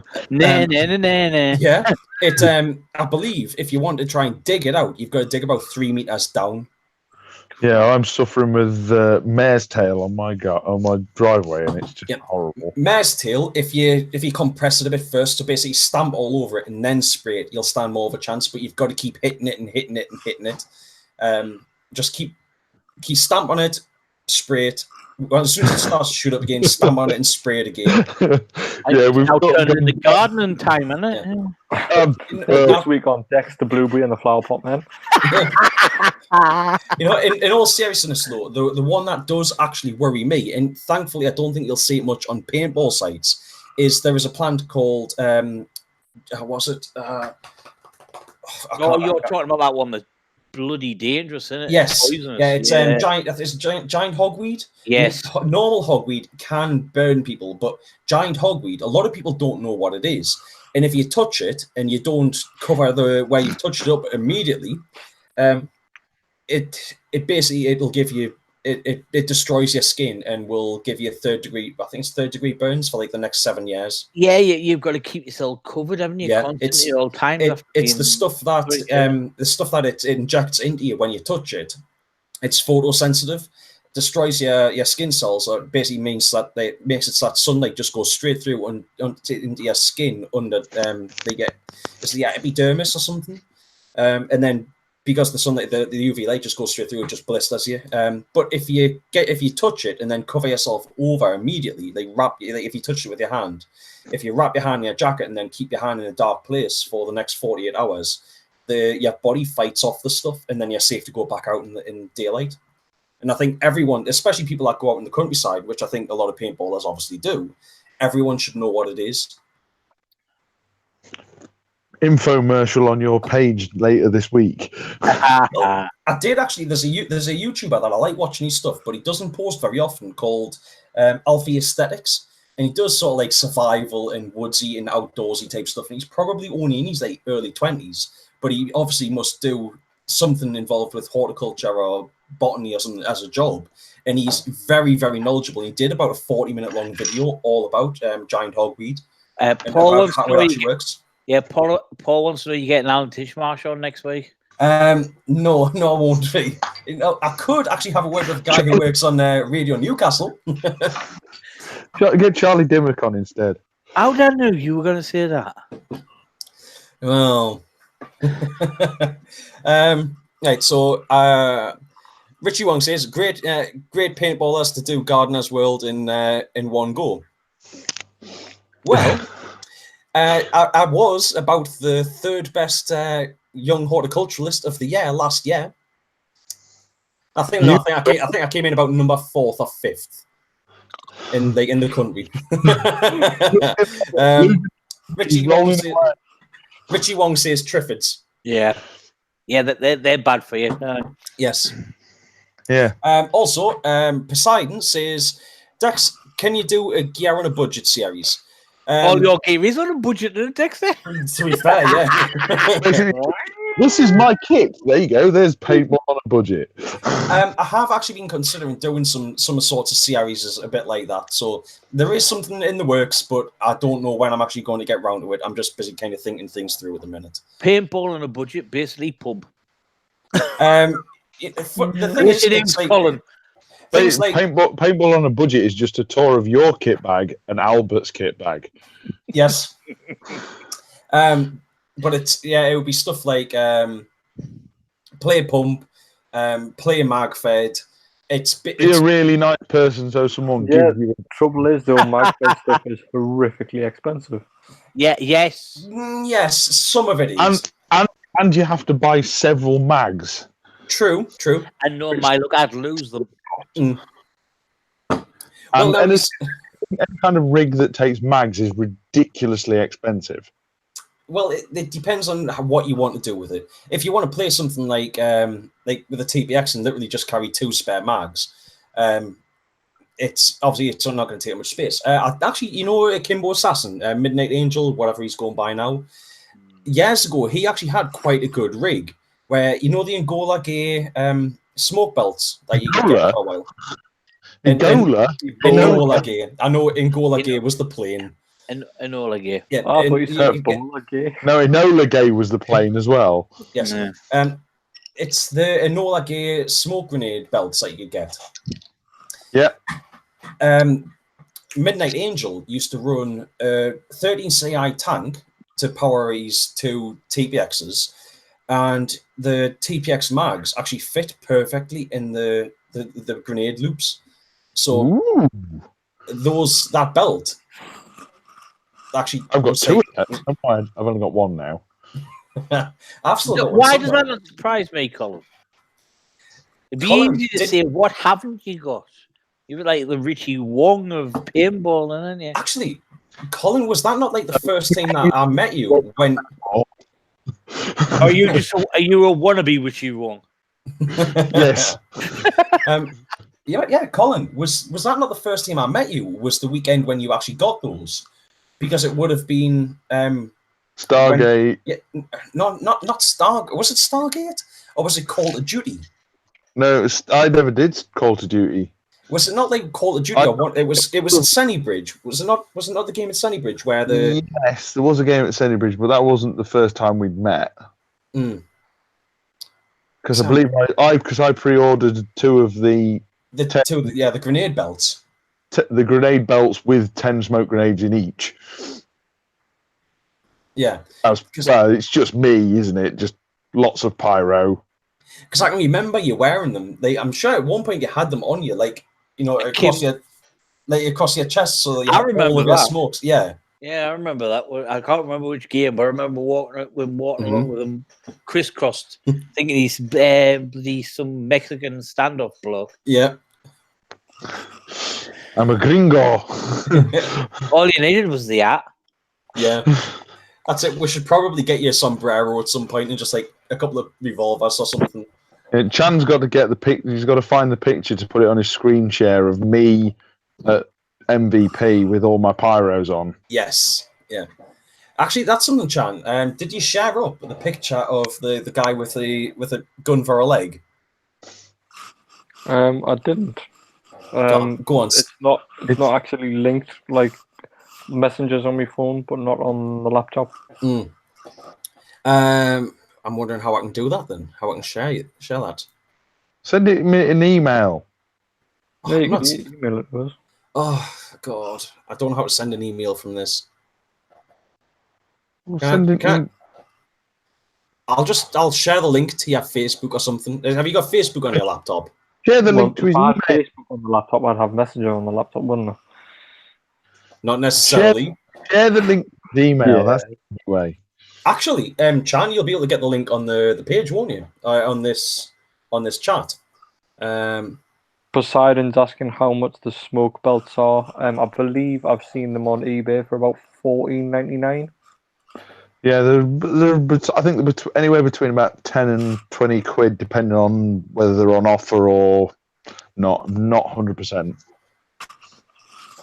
Obviously, when I bought it, it was full of smoke grenades, so it was about 40 quid, 50 quid. Right, Chan, I've posted the link in the group chat down the side of the screen here. If you'll probably have to open the chat.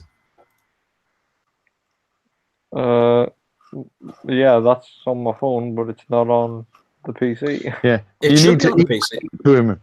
No, but he hasn't got. You've done it in Hangouts. Yeah, in the Hangouts. Yeah. Yeah. Okay.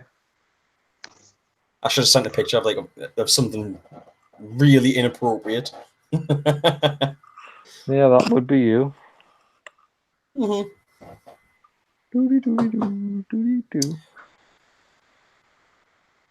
Ooh, I can see myself on Chan's screen. Ta-da! There we go. Yeah, that definitely looks like a. Is it an AR? Well, it's meant to be, but if you actually look closely, you can actually see an ASA on the bottom of the grip. Oh yeah. Yep. I want my put in. Oh. Is that somebody come to talk to you there, Chan? Yes. I want my put in. Howdy.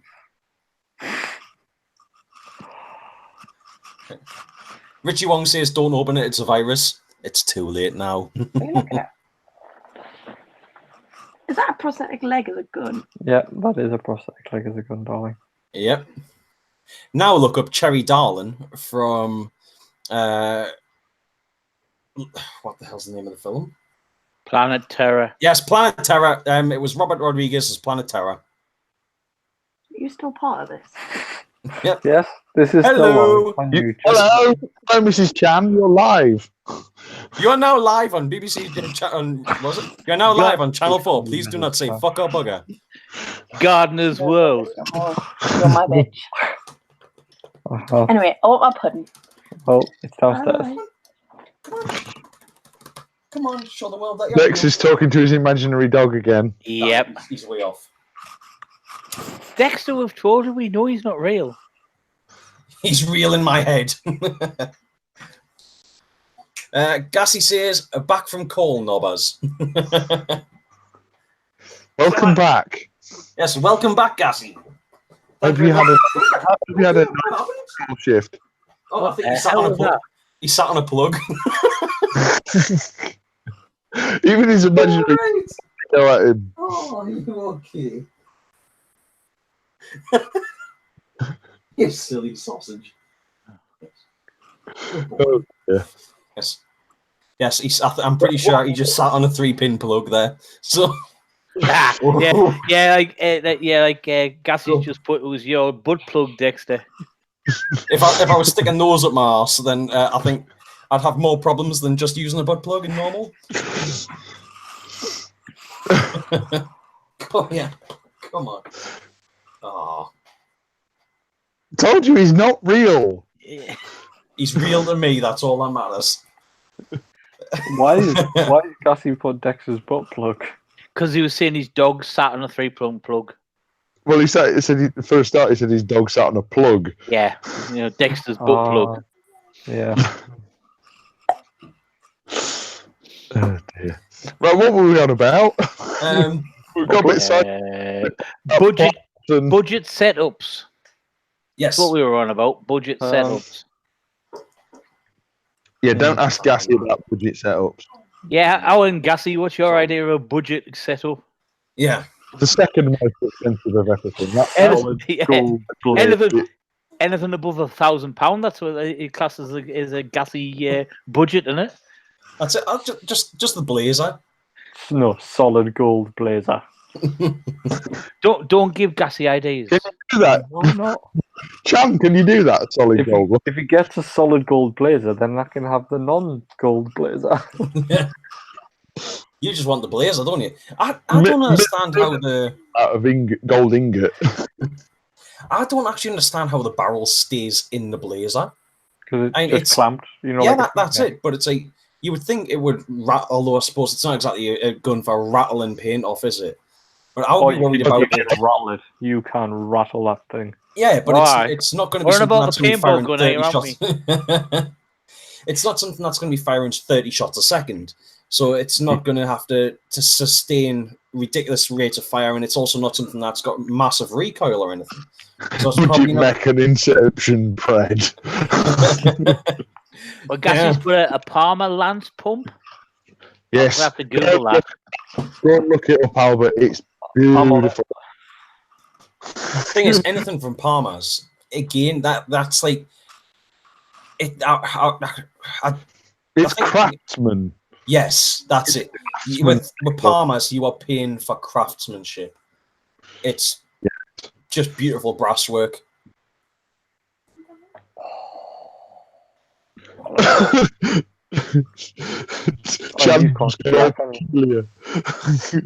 No, we can't see it yet. How about now? You see it now? Yes. How about now?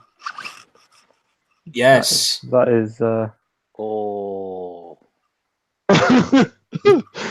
That is very much Pump Fury. Is that a CCM pump kit though? It's not. That's not.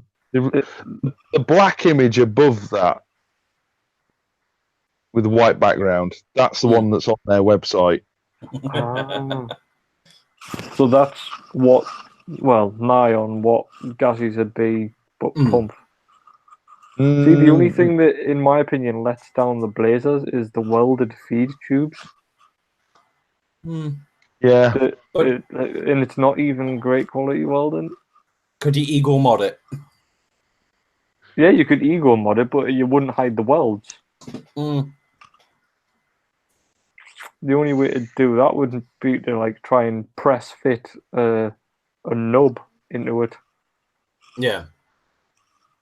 I bet one of them are not cheap, No, I can't imagine them being cheap. That's the actual website, I think. So let's have a giggle. $938. Oh, Jesus Christ almighty, how. And then you imagine the import on top of it, and then you'd have to pay taxes. Oh. Yes. Some of that. Super Stocker. Yeah. No, that's really cool. That stick a 12 gram, stick a CCM 12 gram quick change on it. What's that? I missed it. Sorry. The Super Stocker that Chan's got on there now. Chan's got to. I'm pretty sure that already has some sort of quick changer on it. It doesn't. I have seen a video of Craig from Palmer's doing a quick change on something that looked a lot like that. Yeah. It looks like that hasn't actually got anything fitted there because it's basically where the HPR would be. Oh, right. Yeah, there. I see what you mean. Yeah. I must be thinking of a different gun then. Well, they probably have got like a Palmer's quick change or something that is fitted to it if they've done a video, but it looks like that doesn't actually come with one. I can't remember what the style's called where you run a bottle straight from the HPR. I know if you run your bottle inverted, it's Hawaiian style, but I can't remember what it's actually called when you have it straight from the HPR. Well, then what's Chan looking at now? You're going to have to talk to Chan to get it to. I think that is the Blazer. Yeah, Blazers. Mm. That's the colour. Oh, I'm not a big fan of the double trigger. Yeah, no, neither am I. But No. it's the right ammo. But I did have a word with him, and I wanted him to send us basically nigh on a full Blazer, minus the brass horned barrel, the ASA, the feed neck, and something else. Oh, and obviously send it all in raw aluminium, so I can get it anode myself. Yeah. And it wasn't going to be any cheaper than if I bought a complete gun of them. Yeah. So I was like, well, that's not helping me out at all. Yeah. May get to the point where I just have to bite the bullet and buy gases. Yeah. I just saw myself. I scared myself. Callception. Poseidon says his budget gear is a Proto Rise, a Virtus Spire 3, Die i4, and LSA pod pack with pods and 3,000 PSI tank. Altogether, it's about 400 to 500 quid. I'd hardly call a Spire 3 budget. This is Gravity fed Hopper for £3 now. There you go. There's budget.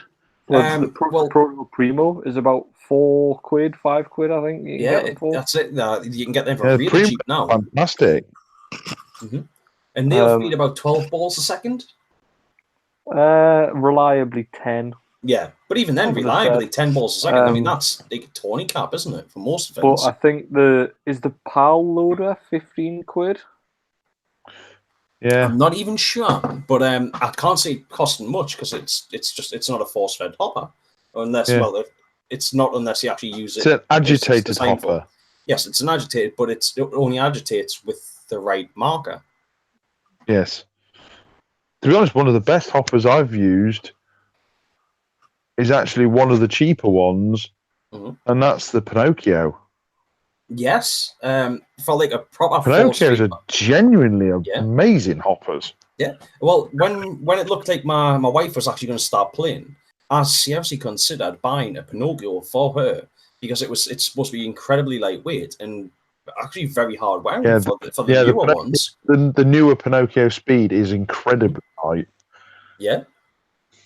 Incredibly light, and they fit really well. Yeah, and what are they? About 18, not 18, about £80, something like that? It's 80 to £100? Yeah, they're fantastic. They're brilliant. They're brilliant I mean, sadly, I lost mine. I didn't lose it. I sold it because at the time I was a bit tight on cash. Yeah. And I've never got to replacing it. Yeah. But they're fantastic on the pump. Well, I've got to, like, I don't know how much longer my rotor's going to last. It's starting to get to the point now where it doesn't like turning on and off and stuff. So I think if I'm going to get myself a new force-fed hopper, then I might actually go for the Pinocchio. I think it makes sense. I think it might be worth just having a look at the switch on that, to be fair. What was that, Jan? It might be worth just having a look at the switch, to be fair. I don't think it's the switch. Everything seems fine. It just doesn't want to turn on and off. But it normally, after I turn it on and off about like 4 or 5 times, it starts working. So it's still going. Yeah. Gas will vouch for how good that sounds like the switch. What was that, Jan? Sorry? That does sound like the switch. If it doesn't want to turn on or off reliably, it sounds like Yeah. Sorry about that. Connection on the Switch. No worries, Albert. I was trying to share something, but it went tits up. You- What is you it? logged When you're yourself on, well, basically, when you're on about Oh, he's gun gone. guns and stuff, Oh, he's back. Desert Duck. Mhm. I don't know if Chan can share that. Now that would Oh, be my. Yes. Yes. Now I can't hear Albert. Can you not? Oh. Can you We've find got about- the? Find the Desert Duck Chan. Oh, the Duck Slide Phantom. Yes. Yeah. Yeah. The other one, if you're looking at like Phantom style stuff, I would have a look at. I think it was Remember the Ronin. Now there were basically Nelson pumps. They were basically Phantoms, but just done with different milling and stuff by a different company, and they were quite nice.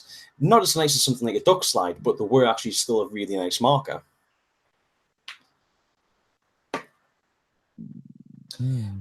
But as far as a budget setup, I'm not too sure what I would go for marker. Probably, EMAC. yeah. The thing is, I'm trying to think of Or- like or what you could do a for. GOG enemy. GOG enemy's cheaper than the EMAC. Yeah. Yes, This is, it's if not you anywhere near as good, but Mhm. it's still a decent enough gun. yeah. So what do you reckon? An EMAC, which is sorry, not an EMAC, a GOG enemy.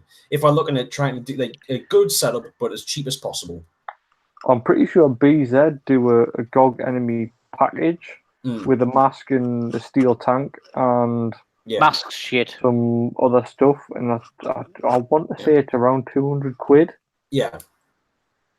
Well, so I mean, you've got a GOG enemy, which is maybe it's what 140 quid, and just as a guess, Yeah, 139 Right. so change. 140 quid for the marker. Stick a Primo Proto, a Proto Primo loader on it, which is a fiver. So a set of JT Proflex, which are 45 quid. So that takes you up to 190, and then a tank, just a steely tank for about He's 40 about quid. 40, 60 quid, somewhere around there. Yeah, I think it's about 45 quid you can buy a steely for. So then you've got yourself a reasonably functional setup. For You just need a pod 250 pack and quid. some cheap pod pack and some pods. You're probably talking about 30 quid, 40 quid. Not even that. I believe the first pack I ever bought for playing, which did the job, it wasn't brilliant. I think I got that pack and I think it was like the pods to fill it, so maybe it's 3 pods for probably about 20 quid. The GOG, Mhm. GOG Go on. enemy starter pack on BZ is 149 quid 94 pence. There you go. And that's a Steely, the mask, and a gravity fed hopper. Yeah. Well, for that you could get the mask and buy yourself it's a JT Proflex. Or there's even cheaper. You can get the Tipman Kronos for 124 quid. You know what it is? As much as I don't want to. It's a Tippy 98. Ah, no, it's Yeah. a Tippy 98, but that's more Magfed gear. Yeah, but a GOG enemy will shoot nicer paint, and you'll have better games with better paint than you will with a slightly cheaper gun that can't shoot decent paint. For me, though, right, that's not okay. budget. So Like- a GOG enemy, a 200 round loader, Mhm. a V4 Sentry goggle, Yeah. 48 Steely, 100 paintballs, and a 100 round pod is 149.94. Yeah, that's not too bad. I mean, I'm not a big fan of those like the traditional shake and bake hoppers. I think the Primo is a far better design. Oh yeah, yeah. There's the Steely. Yes, you're going to want to upgrade eventually, but if you're wanting to just get out and shoot paint, the GOG enemy, yeah, it's going to do the job. It's not a high end or anything, but it will do what you need to. The hopper is shake and bake, but it'll do what you need it to. Oh, The tank, funnily enough, you can upgrade to the Proto Primo plus 7 quid. Well, there you go. Yeah. First Strike Merc air system, so plus 100 quid to get a carbon tank. Yeah. And then I think they had upgrades for the goggles, so Empire Helix. Yeah. Which is fairly That's- decent. They've Yeah. got a good lens in it. Mhm. Helix is Whoa. 262 quid. yeah, the Helix is like a hard events. Yes, Yes. That's it. It even looks pretty much like an event, doesn't it? It's just, Yeah, the Helix is what Combat Zone uses their rental mask. which is actually a really good mask for to use as a rental mask. Yeah. See, now I wouldn't class that as budget. There's the Duck Slide Phantoms. Oh, there's one. Yes, Yeah. very There's nice. You I see, do like that's the just ones awesome. in silver. You see, The the silver ones ones just Hmm. look. they look better. The ones that I really like is where they actually have the 12-gram changer in the pistol grip, Yeah. so it's all Oh, contained and it'll look more It- like a real pistol. I know These it's a ones. pump, so people will say to me, no, it's Although not. that one's been done fairly bad. Actually, that's not Yeah. even a Duck Slide Phantom. No, that's it's not. That's a somewhat. That's nasty. Yeah. Stock class feed on the top of there the we go. Phantom. There you Yeah. go. There's the Yes, one that's like in the that. grip. Yeah, That's Yeah. a proper one. You see, now I know it's not an automatic pistol, it's a pump. But see, But- I think that's a custom frame. That's not a standard frame. Yeah. Or That's it's a quite cool, customized though. frame at least. yeah. You see, Chan, I have got something I would be interested to see if you could Oh, actually you make it. fucking go. But I've actually found Oh, I found the pistol Yes, grip. them ones with the side feeds, they're the Pistol bit, yeah. I've found the pistol grip and the ASA for the gas through grip Phantom that I had, but I know I sold the frame and I'm not sure what happened to the back cap for it. So if you could make a back cap and drill through the frame where the back cap would have to go through for the gas through grip, it would be really cool because I could then have another sort of gas through grip Phantom. But yeah. Anyway, as I was trying I'll to put say, it on the pile. do you not think that looks a little bit like, I know it's not an automatic weapon, it's a pump, but it Mhm. reminds me of Robocop's gun. Well, yeah, but I mean, obviously, the Desert Duck, it's supposed to might be reminiscent of a Desert Eagle. Yeah. Yeah, I I think think Eagle. It's the fact that Between Eagle and RoboCop. it's a lot bigger. It's even bigger than the Desert Eagle. So yes, it does look a lot more like RoboCop's gun. You know, that giant piece of iron that he's Yeah. looking at shooting people with. It looks like a bit like the Kunins that Demo Ranch had just recently. Haven't seen that one. Kunin's 30 cal carbine Mm, with pistol. yeah. Richie says RoboCop's gun was a Beretta. It might have been a Beretta, but it was bloody huge. There's an M93R underneath with a. Well, it was M93R with a shell on it. Mm. Craig Gassy says looks more like a mallard to me. Quack quack. Yeah. That is the mating call of the pump, the quack. You know what it is? I haven't actually heard a proper farting pump, like a proper farting pump for quite a while. I think it was the The it's Kippy speed. Threes used to do a canny. Yeah, Gav's MVP. Yeah, but it wasn't. Yeah, It wasn't like Quacks. it was farting a bit, but it wasn't like the proper sort of that you used to get with some cocker pumps. What was that again? I can't believe you've just done that on a live stream. Hey, I could have done a lot worse. No, you know about It's a shame the it came on Twitch. We could have clipped that. You can still clip them on YouTube, but it's not like I did a Doctor Disrespect at E3 and videos live streamed some little kid with his Todger out. Yeah, he went into a public bathroom at E3 while he was live streaming, and there was a kid having a slash at one of the urinals. nice. So as a result, he got banned from E3 and he got banned off Twitch. But apparently, he's getting his Twitch channel back now. Don't know if he's getting the ban redacted from E3 though. Oh dear. So yeah. Right. So we'll go back through a few more of the comments. Yeah. When you're on about the budget Rich says side, pump is right? good. Mhm. I wouldn't class that GOG envy as budget, to be quite honest. What was that, sorry? I wouldn't class the GOG as Rich budget. says pump is gay. No. Rich, no, just no. Yeah. Pump is for You- real men. Actually, to be fair, I'm the odd one out here because all you three are pumpers. Yes. We are pump fanatics. Real men pump hard. Yeah.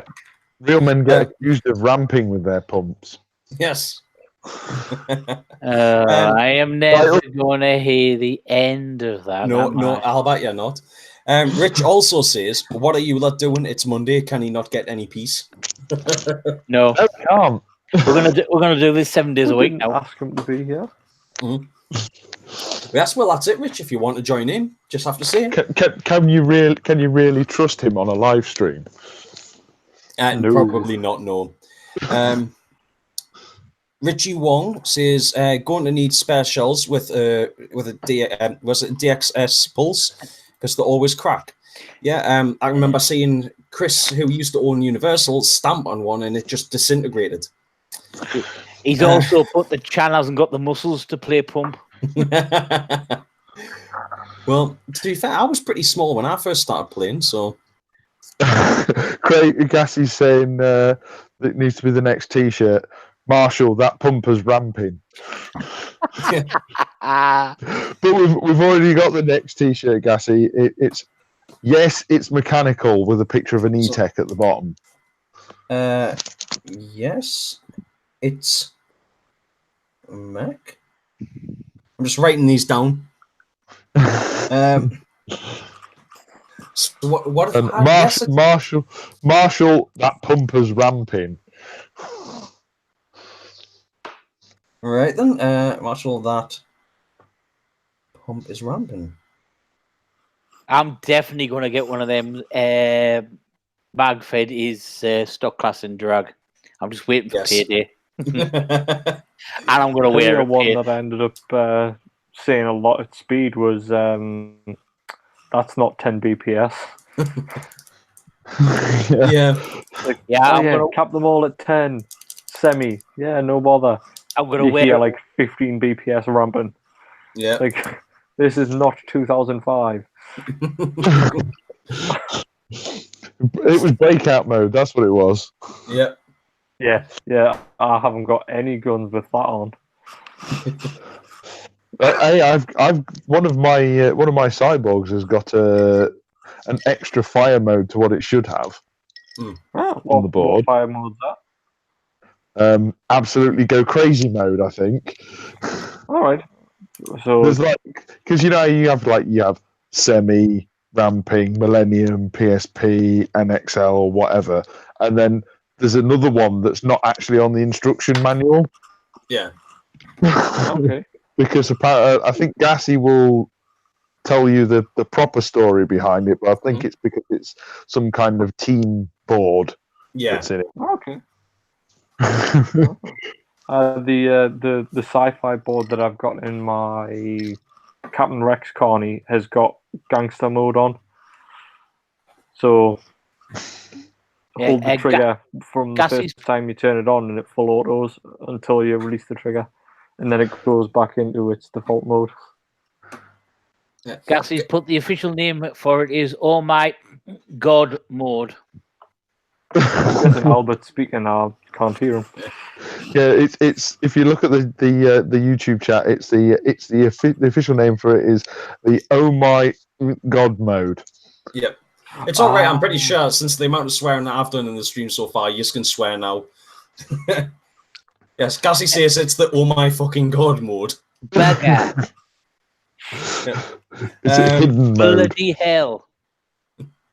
It's the oh my lord mode. So what does it actually do though? I've not Yes, it's- experimented with No one knows because it's hidden. Oh, I haven't I thought, Have you Richie not says. never looked for it. Richie says it's Chan. That headboard thing behind you is made up of penises. the fleur de lis, Richie. If mine, I must say, if your penis looks like that, I'll be kind of worried for you. Yeah, get yourself doctored. They do look like miniature bananas. What kind of bananas are you eating? So, ones that look like the Taj Mahal. Poseidon says, Dex, what CCM pump have I got? I don't actually own a CCM pump, Poseidon.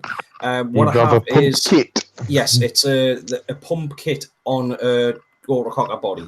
So it's a CCM'd 04 Pro stock that has been modified rather significantly. It's been shaven. It's Yes, had a it's been- Brazilian. Yes, it's been shaven and polished and all sorts. It's been dremeled. Here? It also had a hacksaw go at it at one point. God. But it worked. Do you reckon I could half block a DC2 with a hacksaw? Yes. Shut Just- your mouth. I reckon Chan should just like threaten some people with that autococker bodies with like just stop like just camera with metal file going near them and then just back off. But the other thing is, at some point, Why would I need to do that? because it would be funny. Yeah. The best Yeah, but what they done wrong? on that UK auto choppers, just going towards it with a Just A like a drill. 6-inch grinder or something. Yeah. But see, I Yes. was tempted to do that with some of the Evos that have came in. Yes. And Yeah, just that's put it exactly in it. in the group chat and send it to Rich who was taking a grinder to the feed neck on an Evo. But obviously, then I can just mill it off and then Yeah. put the Eagle back on. No, I think you should do it and put it on like just on the autococker groups and just see people's Oh, brains explode. See, See the only people- thing is, if I slipped, I'd be in really deep shit. Well, it's all right. You just buy another one. Just Just buy another Tri-Fade Evo for some yeah, guy. it's all right. There's Yeah. probably loads out there. Uh-huh. Just Yeah. get some autococker body that's twisted or something so that can't you, and then just do a video of you going towards it with a grinder, and then put it on Facebook. Yeah, Watch them all fry. the thing is, all you really need just. I'm kind of worried the way he was putting the camera there. Yeah, that's all. Chan, just put it on a table and just like start up a grinder or something, and then just walk over towards it. Don't act. Then just stop the video as you're walking towards it. A chainsaw. Yeah. Just do something like that. People would love it. Oh yeah, I'd love it. Yeah. Get one of the Just- biggest milling cutters possible in the machine and just lower the Z towards it. What is Colin Slap doing? My phone's about to die, so I'm getting a. it's Getting naked. he's Yeah, Colin's getting naked. his camera's at that kind of angle where when he stands over it, it's like those. I sent you a picture of my penis. Please respond. Yeah. Kind of. I've never had one of those. Seeing I his wouldn't know what head you're- like shadowed, popping in and out the frame, kind of just does look like a dick pic.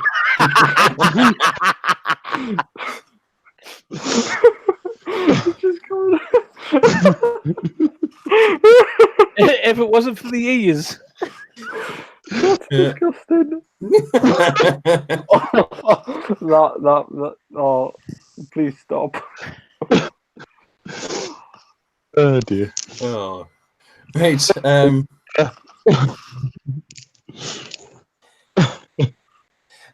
Poseidon says he wants to get a pump, thinking of getting a CCM T2. Are they reliable? As far as I understand it, yes. As far as I understand, CCM stuff is very reliable. It's also very expensive. Yeah, I was going to unfortunately. say, get yourself a bank loan while you're at it. Yeah, that's it. Mortgage. Again, I don't think I've ever seen anybody in the UK with a CCM T2. I've seen some of the earlier CCMs, which I think is like the S6 and stuff. S6, yeah. It's some of those, like, 5.5, 6, 6.5. Yeah. I'm not even sure what the T2 looks like. the Oh, T2 absolutely is gorgeous. the half-locked one. It's basically completely I can't remember what the wording is when you can break The most something down. minimalist pump ever. It's not that it's minimalist. It's when you can break it down into like loads of component parts. Yeah. So basically, you can break it down into all these different components, and then they rebuild it up to look like if you want to have a top tube that's a certain color, you can build it with a certain color top tube. It's modular. So it's modular. Yes, it's a modular marker, as I understand it, and you can rebuild it all of these to whatever color scheme you want. I'm pretty sure that Hawaii PB has a video of one on his YouTube channel. CCM T2. Yes, That one. I know which one it is now. Yeah. Yeah, they're Yeah. really, really nice. yes. It's really, The really one I expensive. as well. prefer is this one. Yeah, that's Oh, that's the one I was trying to share. For some reason, I can't share. that's not the one I'm thinking of. I'm trying to remember the number and letter combination. It had a tiny reg. 12 was one. If you think it was another CCI, it was the CCI Revolution or something that had the tiny little reg. No, it's this one. No, there was a CCM. This one here. Yes, Yeah, yes, The CCM Is it T2. J12? I want to say J12. yeah. I was thinking J12. I think Ben actually mentioned the J12. Yes, it's a J12. Yeah. Oh, look at that, man. See, they're too minimal That's for me. But that's the pump for Chan. On the CCM page, the That- T2 is $1,340, Darth Vader, but they're fucking out of stock. Red trigger. Yeah, I'm not surprised it's out of stock. Who can afford to buy one?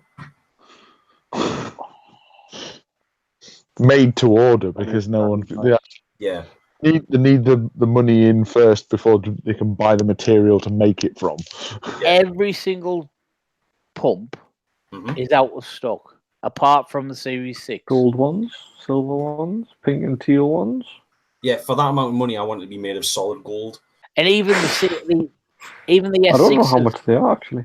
are £1,200. Well, more than I can afford. Albert's just looked and like £1,200 Yeah. Really? for the T2. Yeah. I wouldn't even want to. $1,200. Yeah. I mean, what can you get like a victory pump for actually cheaper than that? I believe so. Yeah. Yeah. If you can find one. Yeah. Well, yeah, that's it. They're not exactly that common either, are they? Is that the company that does the Bob Long. S6s. S6.5. $825. And then S6s, $1,100. T2s. I can't see it. Oh, Caustic Custom T2, 1,300. As a 6.5 is out of stock. It's probably likely you're not going to find one. Yeah. Who's the company that does the Hitman pump? You know the LA Hitmen. Yes. Yeah. Have you seen that pump? That is an absolute work of art. I don't know if Chan can find that one. I mean, the skull on the pump handle is just ridiculous. It's just mental. Yeah. Chan has gone. He might be trying Probably trying to get Albert back. Unless his laptop's died again.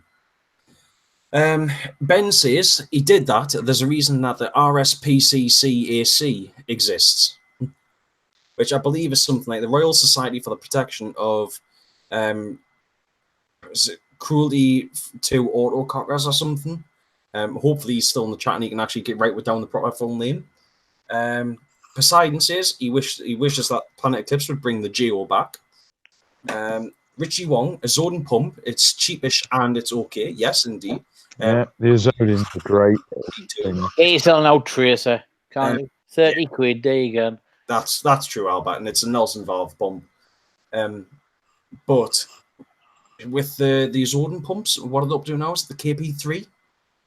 Which does no, I think they've got something out further than that. It's like KP3 plus something, blah blah blah. Yeah. Is that the one that's just got the electronic sear? Yeah, I It's a think KP3 with an electronic sear. yeah, because they're bringing back the idea of like having a pump with a battery in it. Completely pointless, but The only pump that should have a battery in it is the Tipman C3. yes, without one. unless you have an MQ'd pump. Yeah, MQ pump. Yeah, I'd go for one of them. With A an pump, Angel single trigger LCD frame on. yeah, a pump that an autococker pump that you can cycle without moving the bolt. Hmm. Kind of cool. Poseidon says, yeah, he heard that the Zordon KPs are good. Yes, I've known a few guys that have had them, and they've always been really, really happy with them. And Chan, you had a KP3, was it? Yeah, for a grand total of maybe 3 months from new. Yeah. I had Paul and Dave had KP2s. And Dave's was one of the original KP2s when they first released, and Paul, I think he bought his like a year later or 2 years later or something. Yeah, I think the KP3 is a fantastic pump, but they are heavy. Yeah. They're heavy because the pump rods are about 6 mil thick. Yeah, but the stroke is very, very smooth. It is very smooth for a very cheap pump. They're fantastic. See, the reason it works and it is so smooth is because how obviously a spider valve seals in that bottom tube. It needs a good polished finish on the bottom tube, whereas most cocker pumps, especially obviously the older WGP ones, the bottom tubes aren't polished internally as well as a spider. Sorry about the low tech, but that is what I'm on about. Yes, that's the pump. That's the pump handle on the front of the LA Hitman pump. Yeah. Oh. I'm pretty sure I've seen that on a 3D print website. I think that's how. I think the Hitman one is Ali though. Yeah. Oh well, yeah. I know it's why it's anodized. Yeah. I wonder if you could actually 3D print it, do the whole like paint it all up, sand it all down nicely and everything, and then resin coat it. If you wanted to do that with like put one of those on a pump.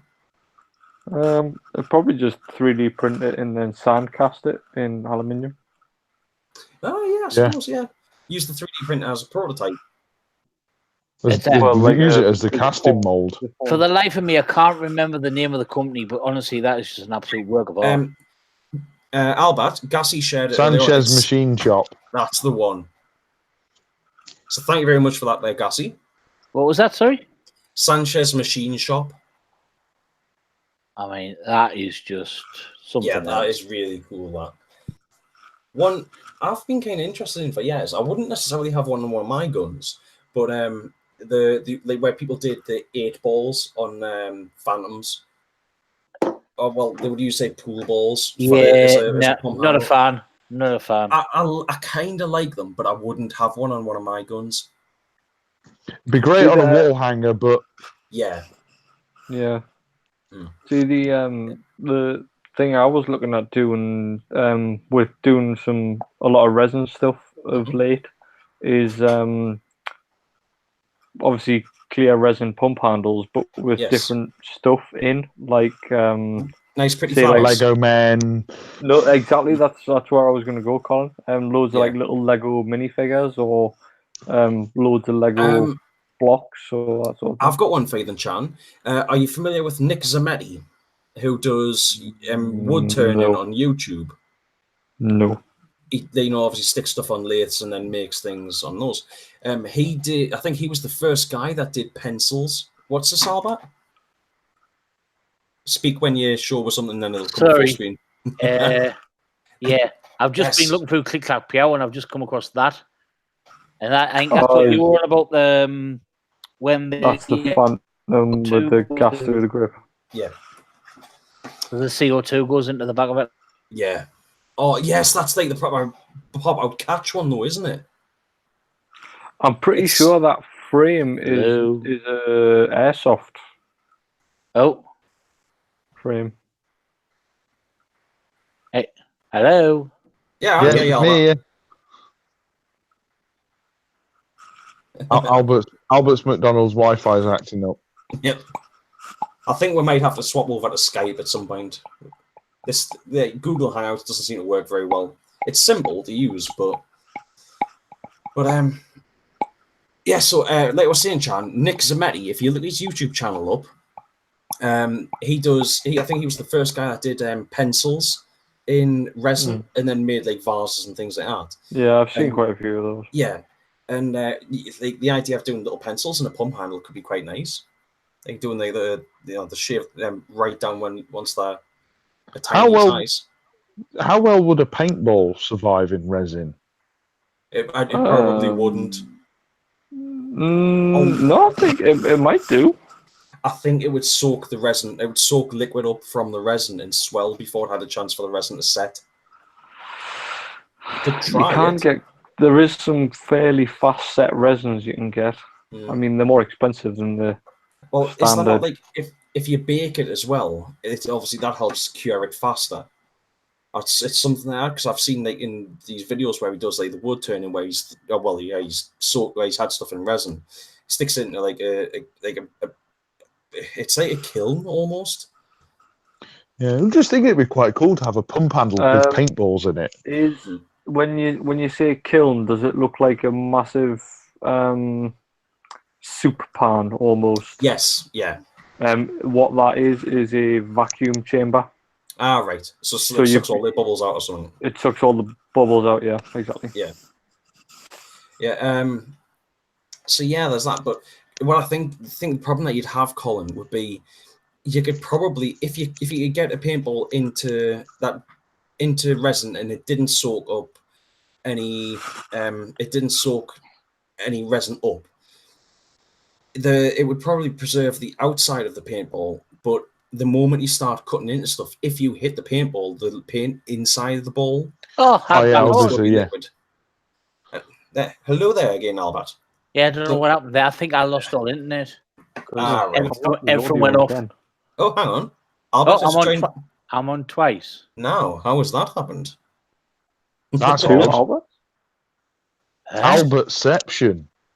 Ooh, strange. Have we got an interloper in the chat as well? I've got no audio on either of them. Like, Oh no. I can hear Chan. Albert has blocked Albert. Yeah. Do you want to block them as well? I don't know how. Yes, no. Yeah, well, I don't know how I'm on twice.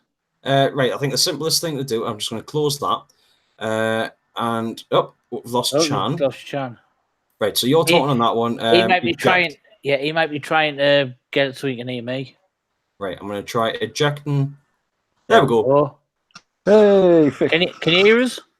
Yep. Hey. Hey. The tech man fixed it. The tech man fixed it by turning it off and on again. That's just closed the output that's least purple. Yeah, my internet definitely went down because the same my phone has to log back in, so all my internet must have just went off. Easy enough. Yeah. It happens. No. Yeah. Your McDonald's timer ran out. No, it won't be McDonald's only, mate. Not posh enough. It'll be Greg's. But no, if you manage to get a paintball suspended in resin, you would machine it out to keep the paintball in the middle. Well, you would have to do it like that. Breaking the paintball itself. Have I missed something here? Paintballs, resin? Yes. Yeah, we're doing a resin pump handle with paintballs in the middle. Oh. If you want to do that, I think it would be a cocker pump would have to be done. You know, so you've got like the big chunk of resin. You couldn't do with something like a Phantom. With a Phantom pump handle. You could do it with an undercocking Phantom. How about a Sterling? Yes, they've got quite a lump of a plastic. Even then, Albert, I don't know if you'd have the. It's round the barrel, though, isn't it? Yes, it is. Yes, but you could definitely have like a series of paintballs in an autococker pump handle, or even one, possibly in the end. you could do it with if you did it right, if you could keep the paintballs separated so it didn't all end up in one chamber. If you kept them separated and machined it down so you machined into some of them but not into others, then washed them out afterwards. You would end up with pockets inside the. Yeah. You end up with On the pockets outside. the of the handle, outside of it, which it'd be pretty cool. It wouldn't be very comfortable, but it'd look No. quite cool. I think what I'd want to try is just to use one paintball in the center of the handle and put a split in it as I'm pouring the resin in, so the paint like seeps out and makes. So it looks like a paintball splat. Yeah. Almost. Well, no, not Yeah, like that- a paint splat, but like liquidy smoke sort of pouring out of it. Chan, I'm pretty sure Nick Zametti actually tried something like that relatively recently. I think it was he put in, it was like some goo or something, and it didn't set, so it just didn't work with the resin. And as a result, once he actually started trying to like put the stuff on the lathe, it was just coming out all over the place. It could work, but I think you might struggle to get it to work. But I definitely think, you know, like there's if you take a normal autocracker pump handle, the space at the end of the pump where, you know, it's not the behind in front of where the guide rod goes up, but behind obviously where the tip is, that's pocket there. You could probably get a ball in that. The other way I would think to do it would be to sort of half cheat and buy some clear acrylic tubing with a decent wall thickness on, maybe 3-5 mil. Fill that up with paintballs and then pour the resin in, so that you don't have to machine it, because it's already a perfectly cylindrical bit of tube, and then put an aluminium base plate on to drill and tap your threading to go into the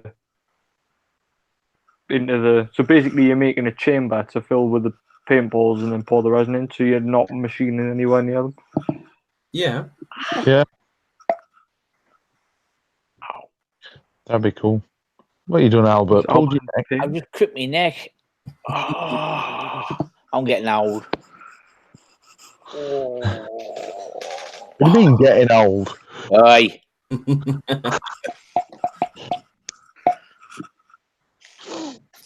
Right. I thought that was Albert tapping on his head then.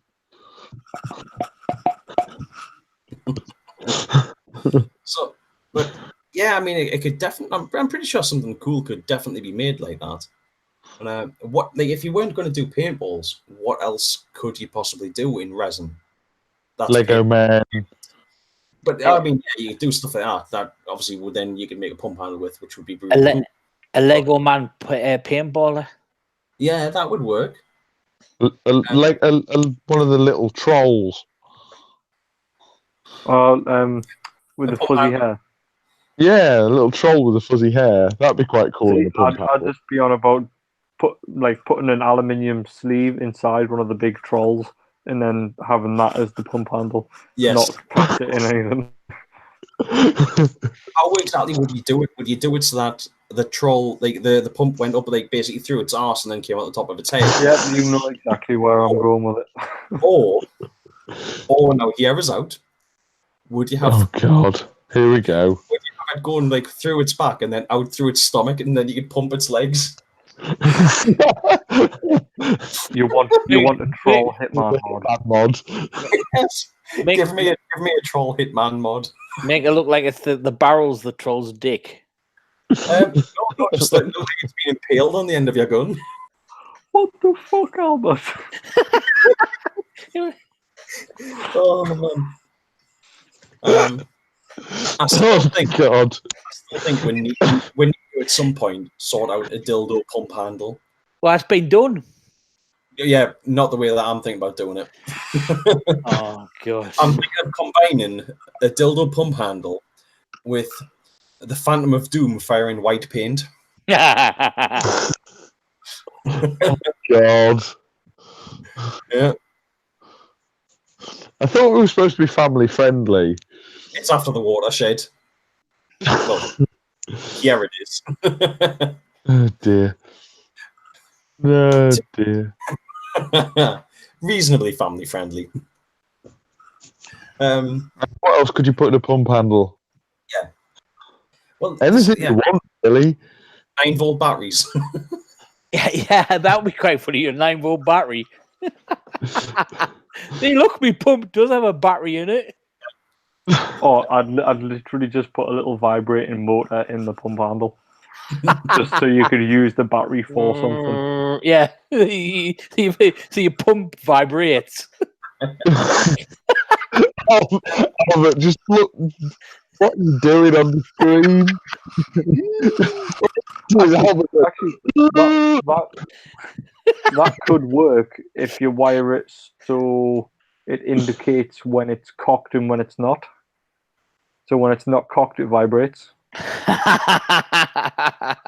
Yeah. could you, at the end of a pump handle, if you're doing it with if you're doing it with resin, could you wire in like a touchpad so like every time you cock it and the marker touches the end of the guide rod, it creates a full circuit and lights up an Yes. LED in the pump rod, Yes. in the pump arm. No, forget LEDs. Little speaker in with a sound clip of the juice guy from Family Guy. So every time Yes. you pump it back, oh yeah, oh yeah. Kool-Aid Oh, killer, that'd and be brilliant. the thing- And then obviously, Or when just you auto Quagmire. trigger, Yeah, Giggity, yeah. giggity. Yeah, Quagmire going giggly, giggly, giggly every time you're pumping it. yeah, Ah, yeah. that'd be brilliant. Try some stuff like that. Yeah. well, I'm gonna be busy this year. Just, and then if you did it for an E-bladed cocky, you could wire it in so it plays Peter Griffin's laugh.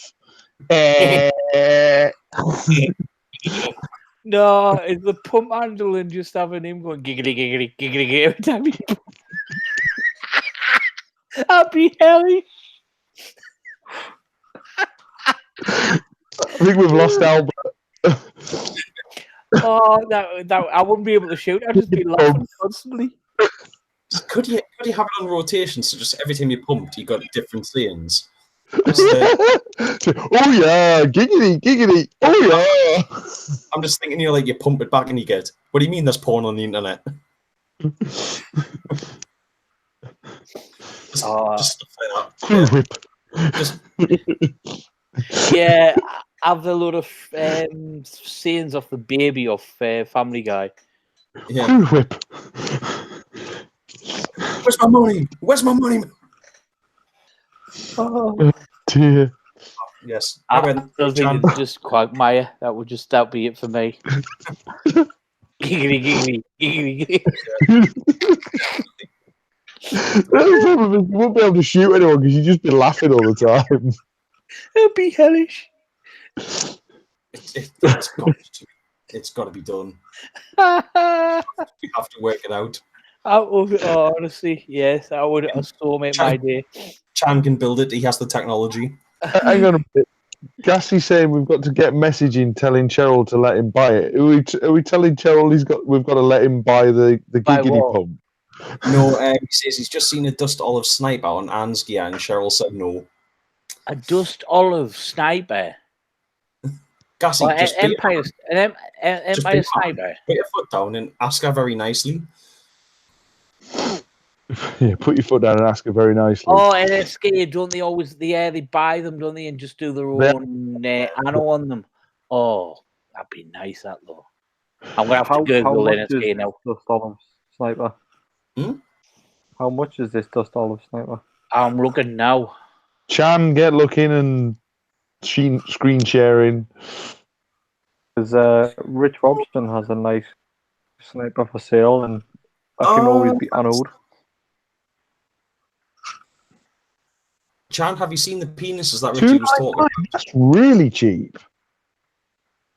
How For a much? sniper pump, that's really cheap. $299, brand new.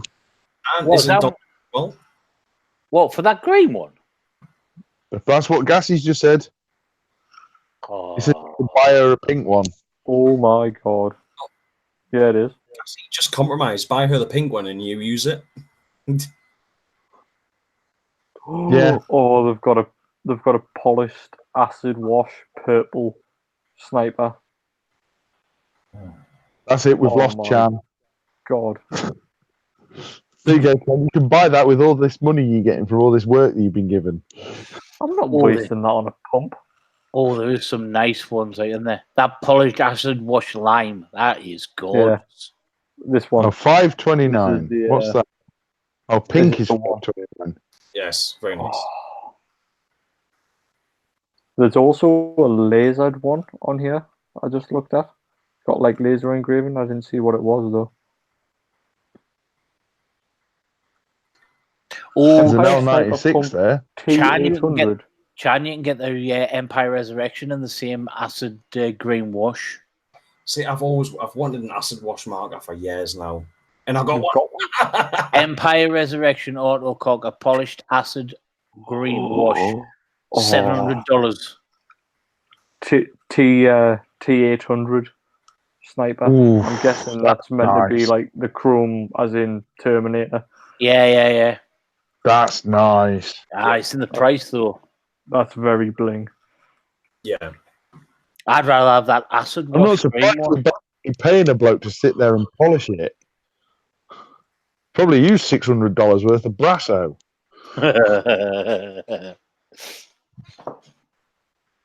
NS gear, I know they get some stick, but they do sell some nice stuff and all. yeah. They do get. I don't know what it is. The Americans don't have to give NS gear some stick. Have they got a This pretty bad one's, rip or something? This one's Oh, 480 That's all. with a Reaper on.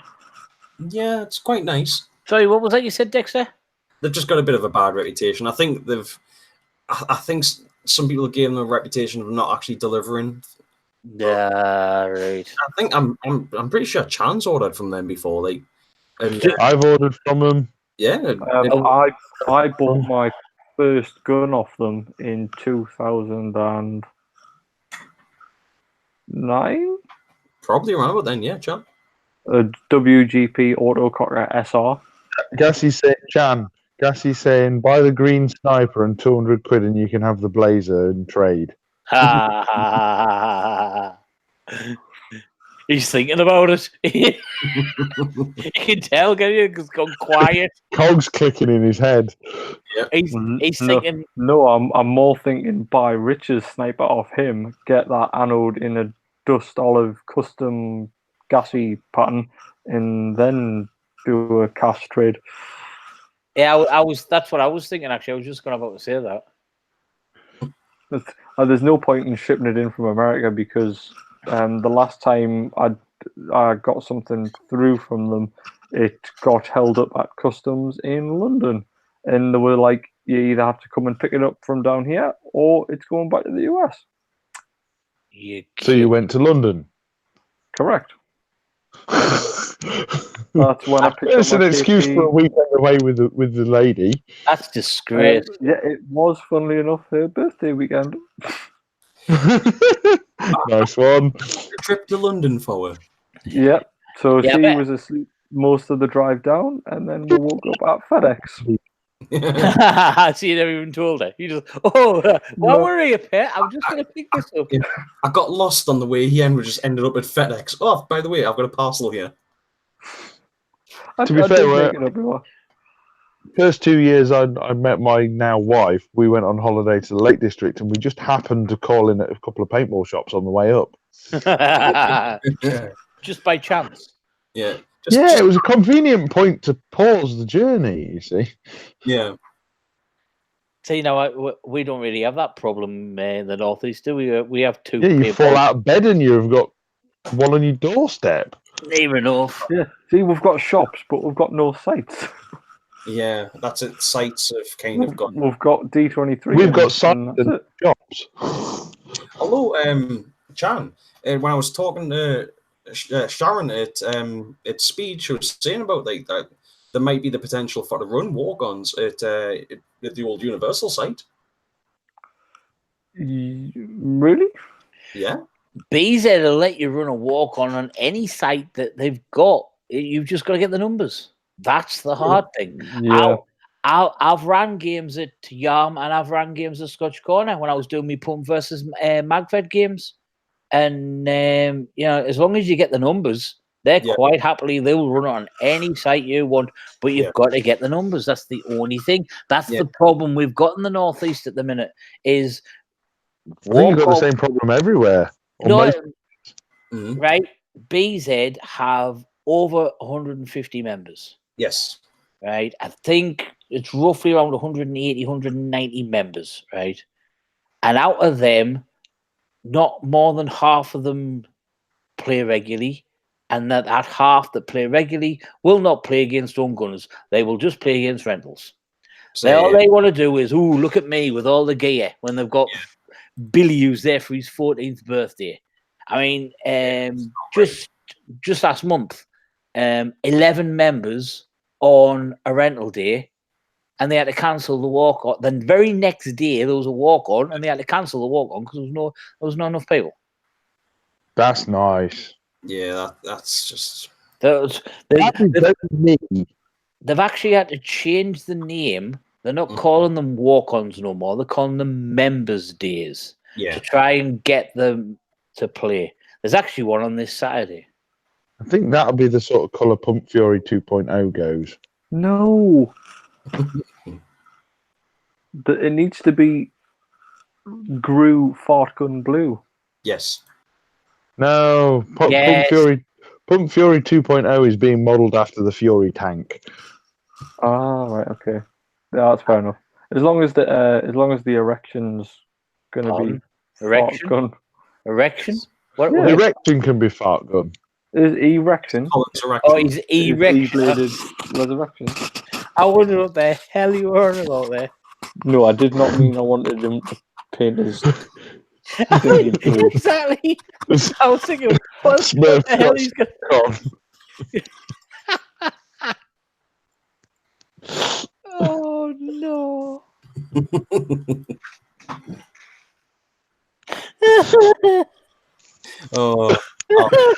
Killed Albert again.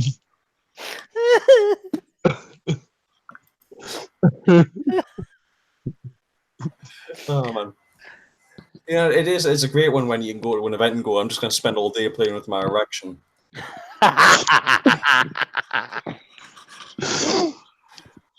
Oh dear. Yeah. Oh yeah, that was that. Yeah, I like the idea of that. What are you playing with? Oh, I'm playing with my erection all day. Yeah. Oh dear. I like that screen sniper though. Did? Yeah, that screen sniper is nice. Yeah. I thought the all black one was quite nice that BZ's got. But that screen one, yes, very nice. The all black's the standard colour. Yeah. That's the one they do now instead of the silver. No, they still do this. They still do this. In fact, I think they stopped doing them both, to be honest. All right. Yeah, they stopped. They brought them out. They brought them out in both. I thought they brought them out in both colours. Then they stopped making the black. No, they only did the silver, and then they stopped doing the silver. And now they brought them about in black again. They originally brought them out only in silver. Yeah. When the Resurrection came out, they offered them both in silver and black. Yeah. And I know they stopped making them for a bit. I don't know whether they started making them again, but only in black. Yeah, they've definitely started making them again because that's how BZ's got them back in. Nice. Ooh, Gasly says he's. It looks like he's in for it. Why? I put that wrong. Sorry. He's in. Charles. He's on a promise. Cheryl has blown a load of cash on photography gear today, so it's only fair he gets the sniper. Well, yes, definitely. Yeah, I think that's fair enough. Mm-hmm. Oh dear. Definitely. Yeah. All right. Anyway, guys, I think if it's all right with you... Did we actually cover everything we were supposed to cover today? I don't know if we did, but I think we've covered a fair amount. I'm trying to think what we talked about. It was well, this is it. We've talked about the new MG100. Which is what we mentioned in the chat beforehand about D-Day ending. Yeah. Budget setups. Yes, which I Yeah. think is a topic to talk about. Right. Why Chan doesn't speak.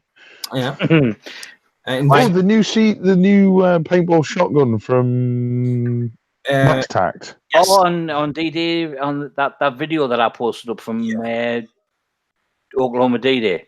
Yeah. Yes, that looks really nice. cool. Yeah. And it looks like it's going to be quite customizable as well. I'm kind of hoping it's going to be along the lines of the Duty DSG. Now, obviously, it's going to be different internals and all that sort of stuff. But I'm hoping it's going to take real stocks, real furniture. Yeah, was one of the magazine fed? Because I noticed one looked like if you breech loaded it from underneath, because you could see it could take first strike. I don't know if you noticed that. No. Yeah, the one with the air through the stock. Yes. Air through the handle. He had an ASA just sticking out. If you notice when he turns it over, right, the actual feeding it's first strike shaped. Right. So I'm guessing you can actually load first strike into it, and then the other one with the stock, where it had the air out the back, that was magazine fed. Right. Because he actually attached a small magazine to the underneath of it. Yeah. Which I thought, it didn't look right. It would have looked better. Yeah. With a breech fed underneath like the other one. I'll be interested if if they're both first strike ready. I'll be interested to see how they've done that. But I think just off what I know from like other stuff, I think it might probably be kind of difficult to do a first strike feeding shotgun without it being mag fed. Now I think if they are doing one that's mag fed, then it could be kind of cool. But I would hope they're not. Yeah, a proper magazine tube fed shotgun that'll take first strike would be brilliant. Well, that was the first one. That's what it looked like. It was the tube was on the underneath, and you could see it was very roughly shaped. Yeah. But the underneath was definitely the shape of a first strike. But then the second one he brought out, and he was showing them with the stock, that looked like it took a magazine. Yeah. All right.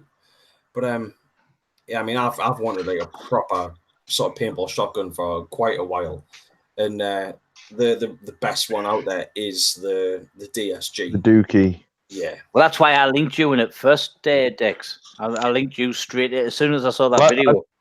I want a DRV, so yeah. I mean, I would love to get my hands on a DRV as well, especially considering. I mean, like you can what are the 5 rounds in the chamber? I think so, yeah. And then you can have the stick feed on as well. So I think that holds like another 6 or something. So you can have potentially like 11 rounds in with the first 5 first strike ready, and then followed up with round ball. You probably could do first strike in the tube as well. I don't know if you could, because you got to remember first strike actually lock together when they're stacked. And that's why I'm thinking like this new shotgun could be an issue. You could do first strike round ball, first strike round ball, first. You see, you potentially could, but again, I think you'd have the same problem of the round ball locking into the back of the first strike. Yeah, because it's hollow in the back, isn't it? You'd have like a double balled first strike. That'd be expensive. Yeah. First strike full stop's expensive. Yeah, well, that's it. Firing 2 at once, it definitely is. So, catch you later, Gassy. Thanks for dropping in. Yeah, what puts me off altogether with first strike, it's like, Christ, like, there's a quid. There's a quid. It's like, no, I couldn't do it. It's, you shooting first strikes all right if you've got plenty of money or you're a sponsored player or something like that. But realistically, for most normal players can't afford them. Yeah. But yeah, it would be nice to be able to afford them, but I definitely can't. Yeah, you imagine running that on running first strike through a SMG 68. Well, you can. Yeah. Oh, that's 20 quid gone. Well, that's it. I mean, before Isn't there a YouTuber who runs a semi-automatic with First Strike? I'm I not think, sure. um, In fact, is it not? occasionally. Him who was Are you thinking? Of, ranting on Greg Hastings? I think Nightmare does sometimes. I'm pretty sure Alabaster Slim does sometimes. As far as other than that, though, I'm not too sure, but there probably is more. And I know that. I think there's a lot of, like, Reaper runs First Strikes in his pistols, I believe. all right. Well, there's that. You know, Don't quote me on that, though. And Chan's laptop died again. Has right. it? Well, it's about time that we're coming to an end of the stream anyway. But yeah, there's a few people do, but most just use them as bolt action Oh, my phone's going nuts. stuff.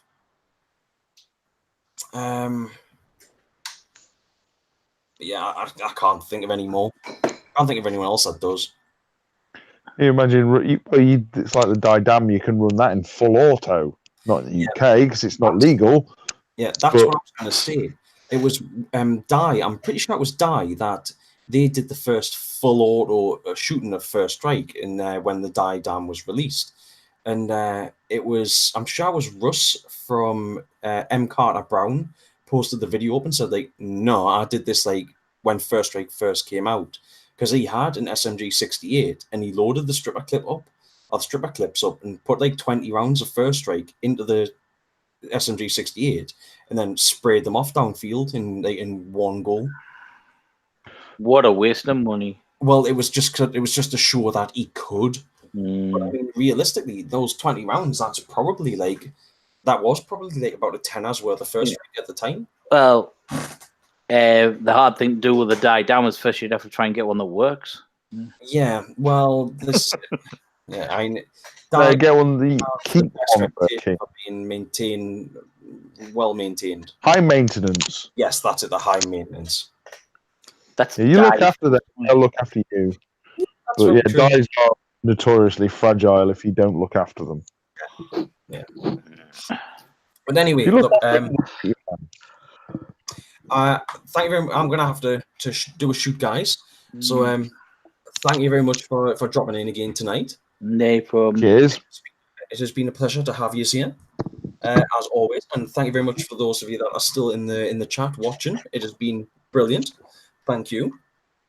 So if you guys are all right with it, I am going to end the broadcast now. Yeah, no problem. Say that. Goodbye, peoples. Ladies and gentlemen, thank you very much for tuning in, and we shall see you at the same time, same place next week. Toodles. Ciao. Bye. That's how for now.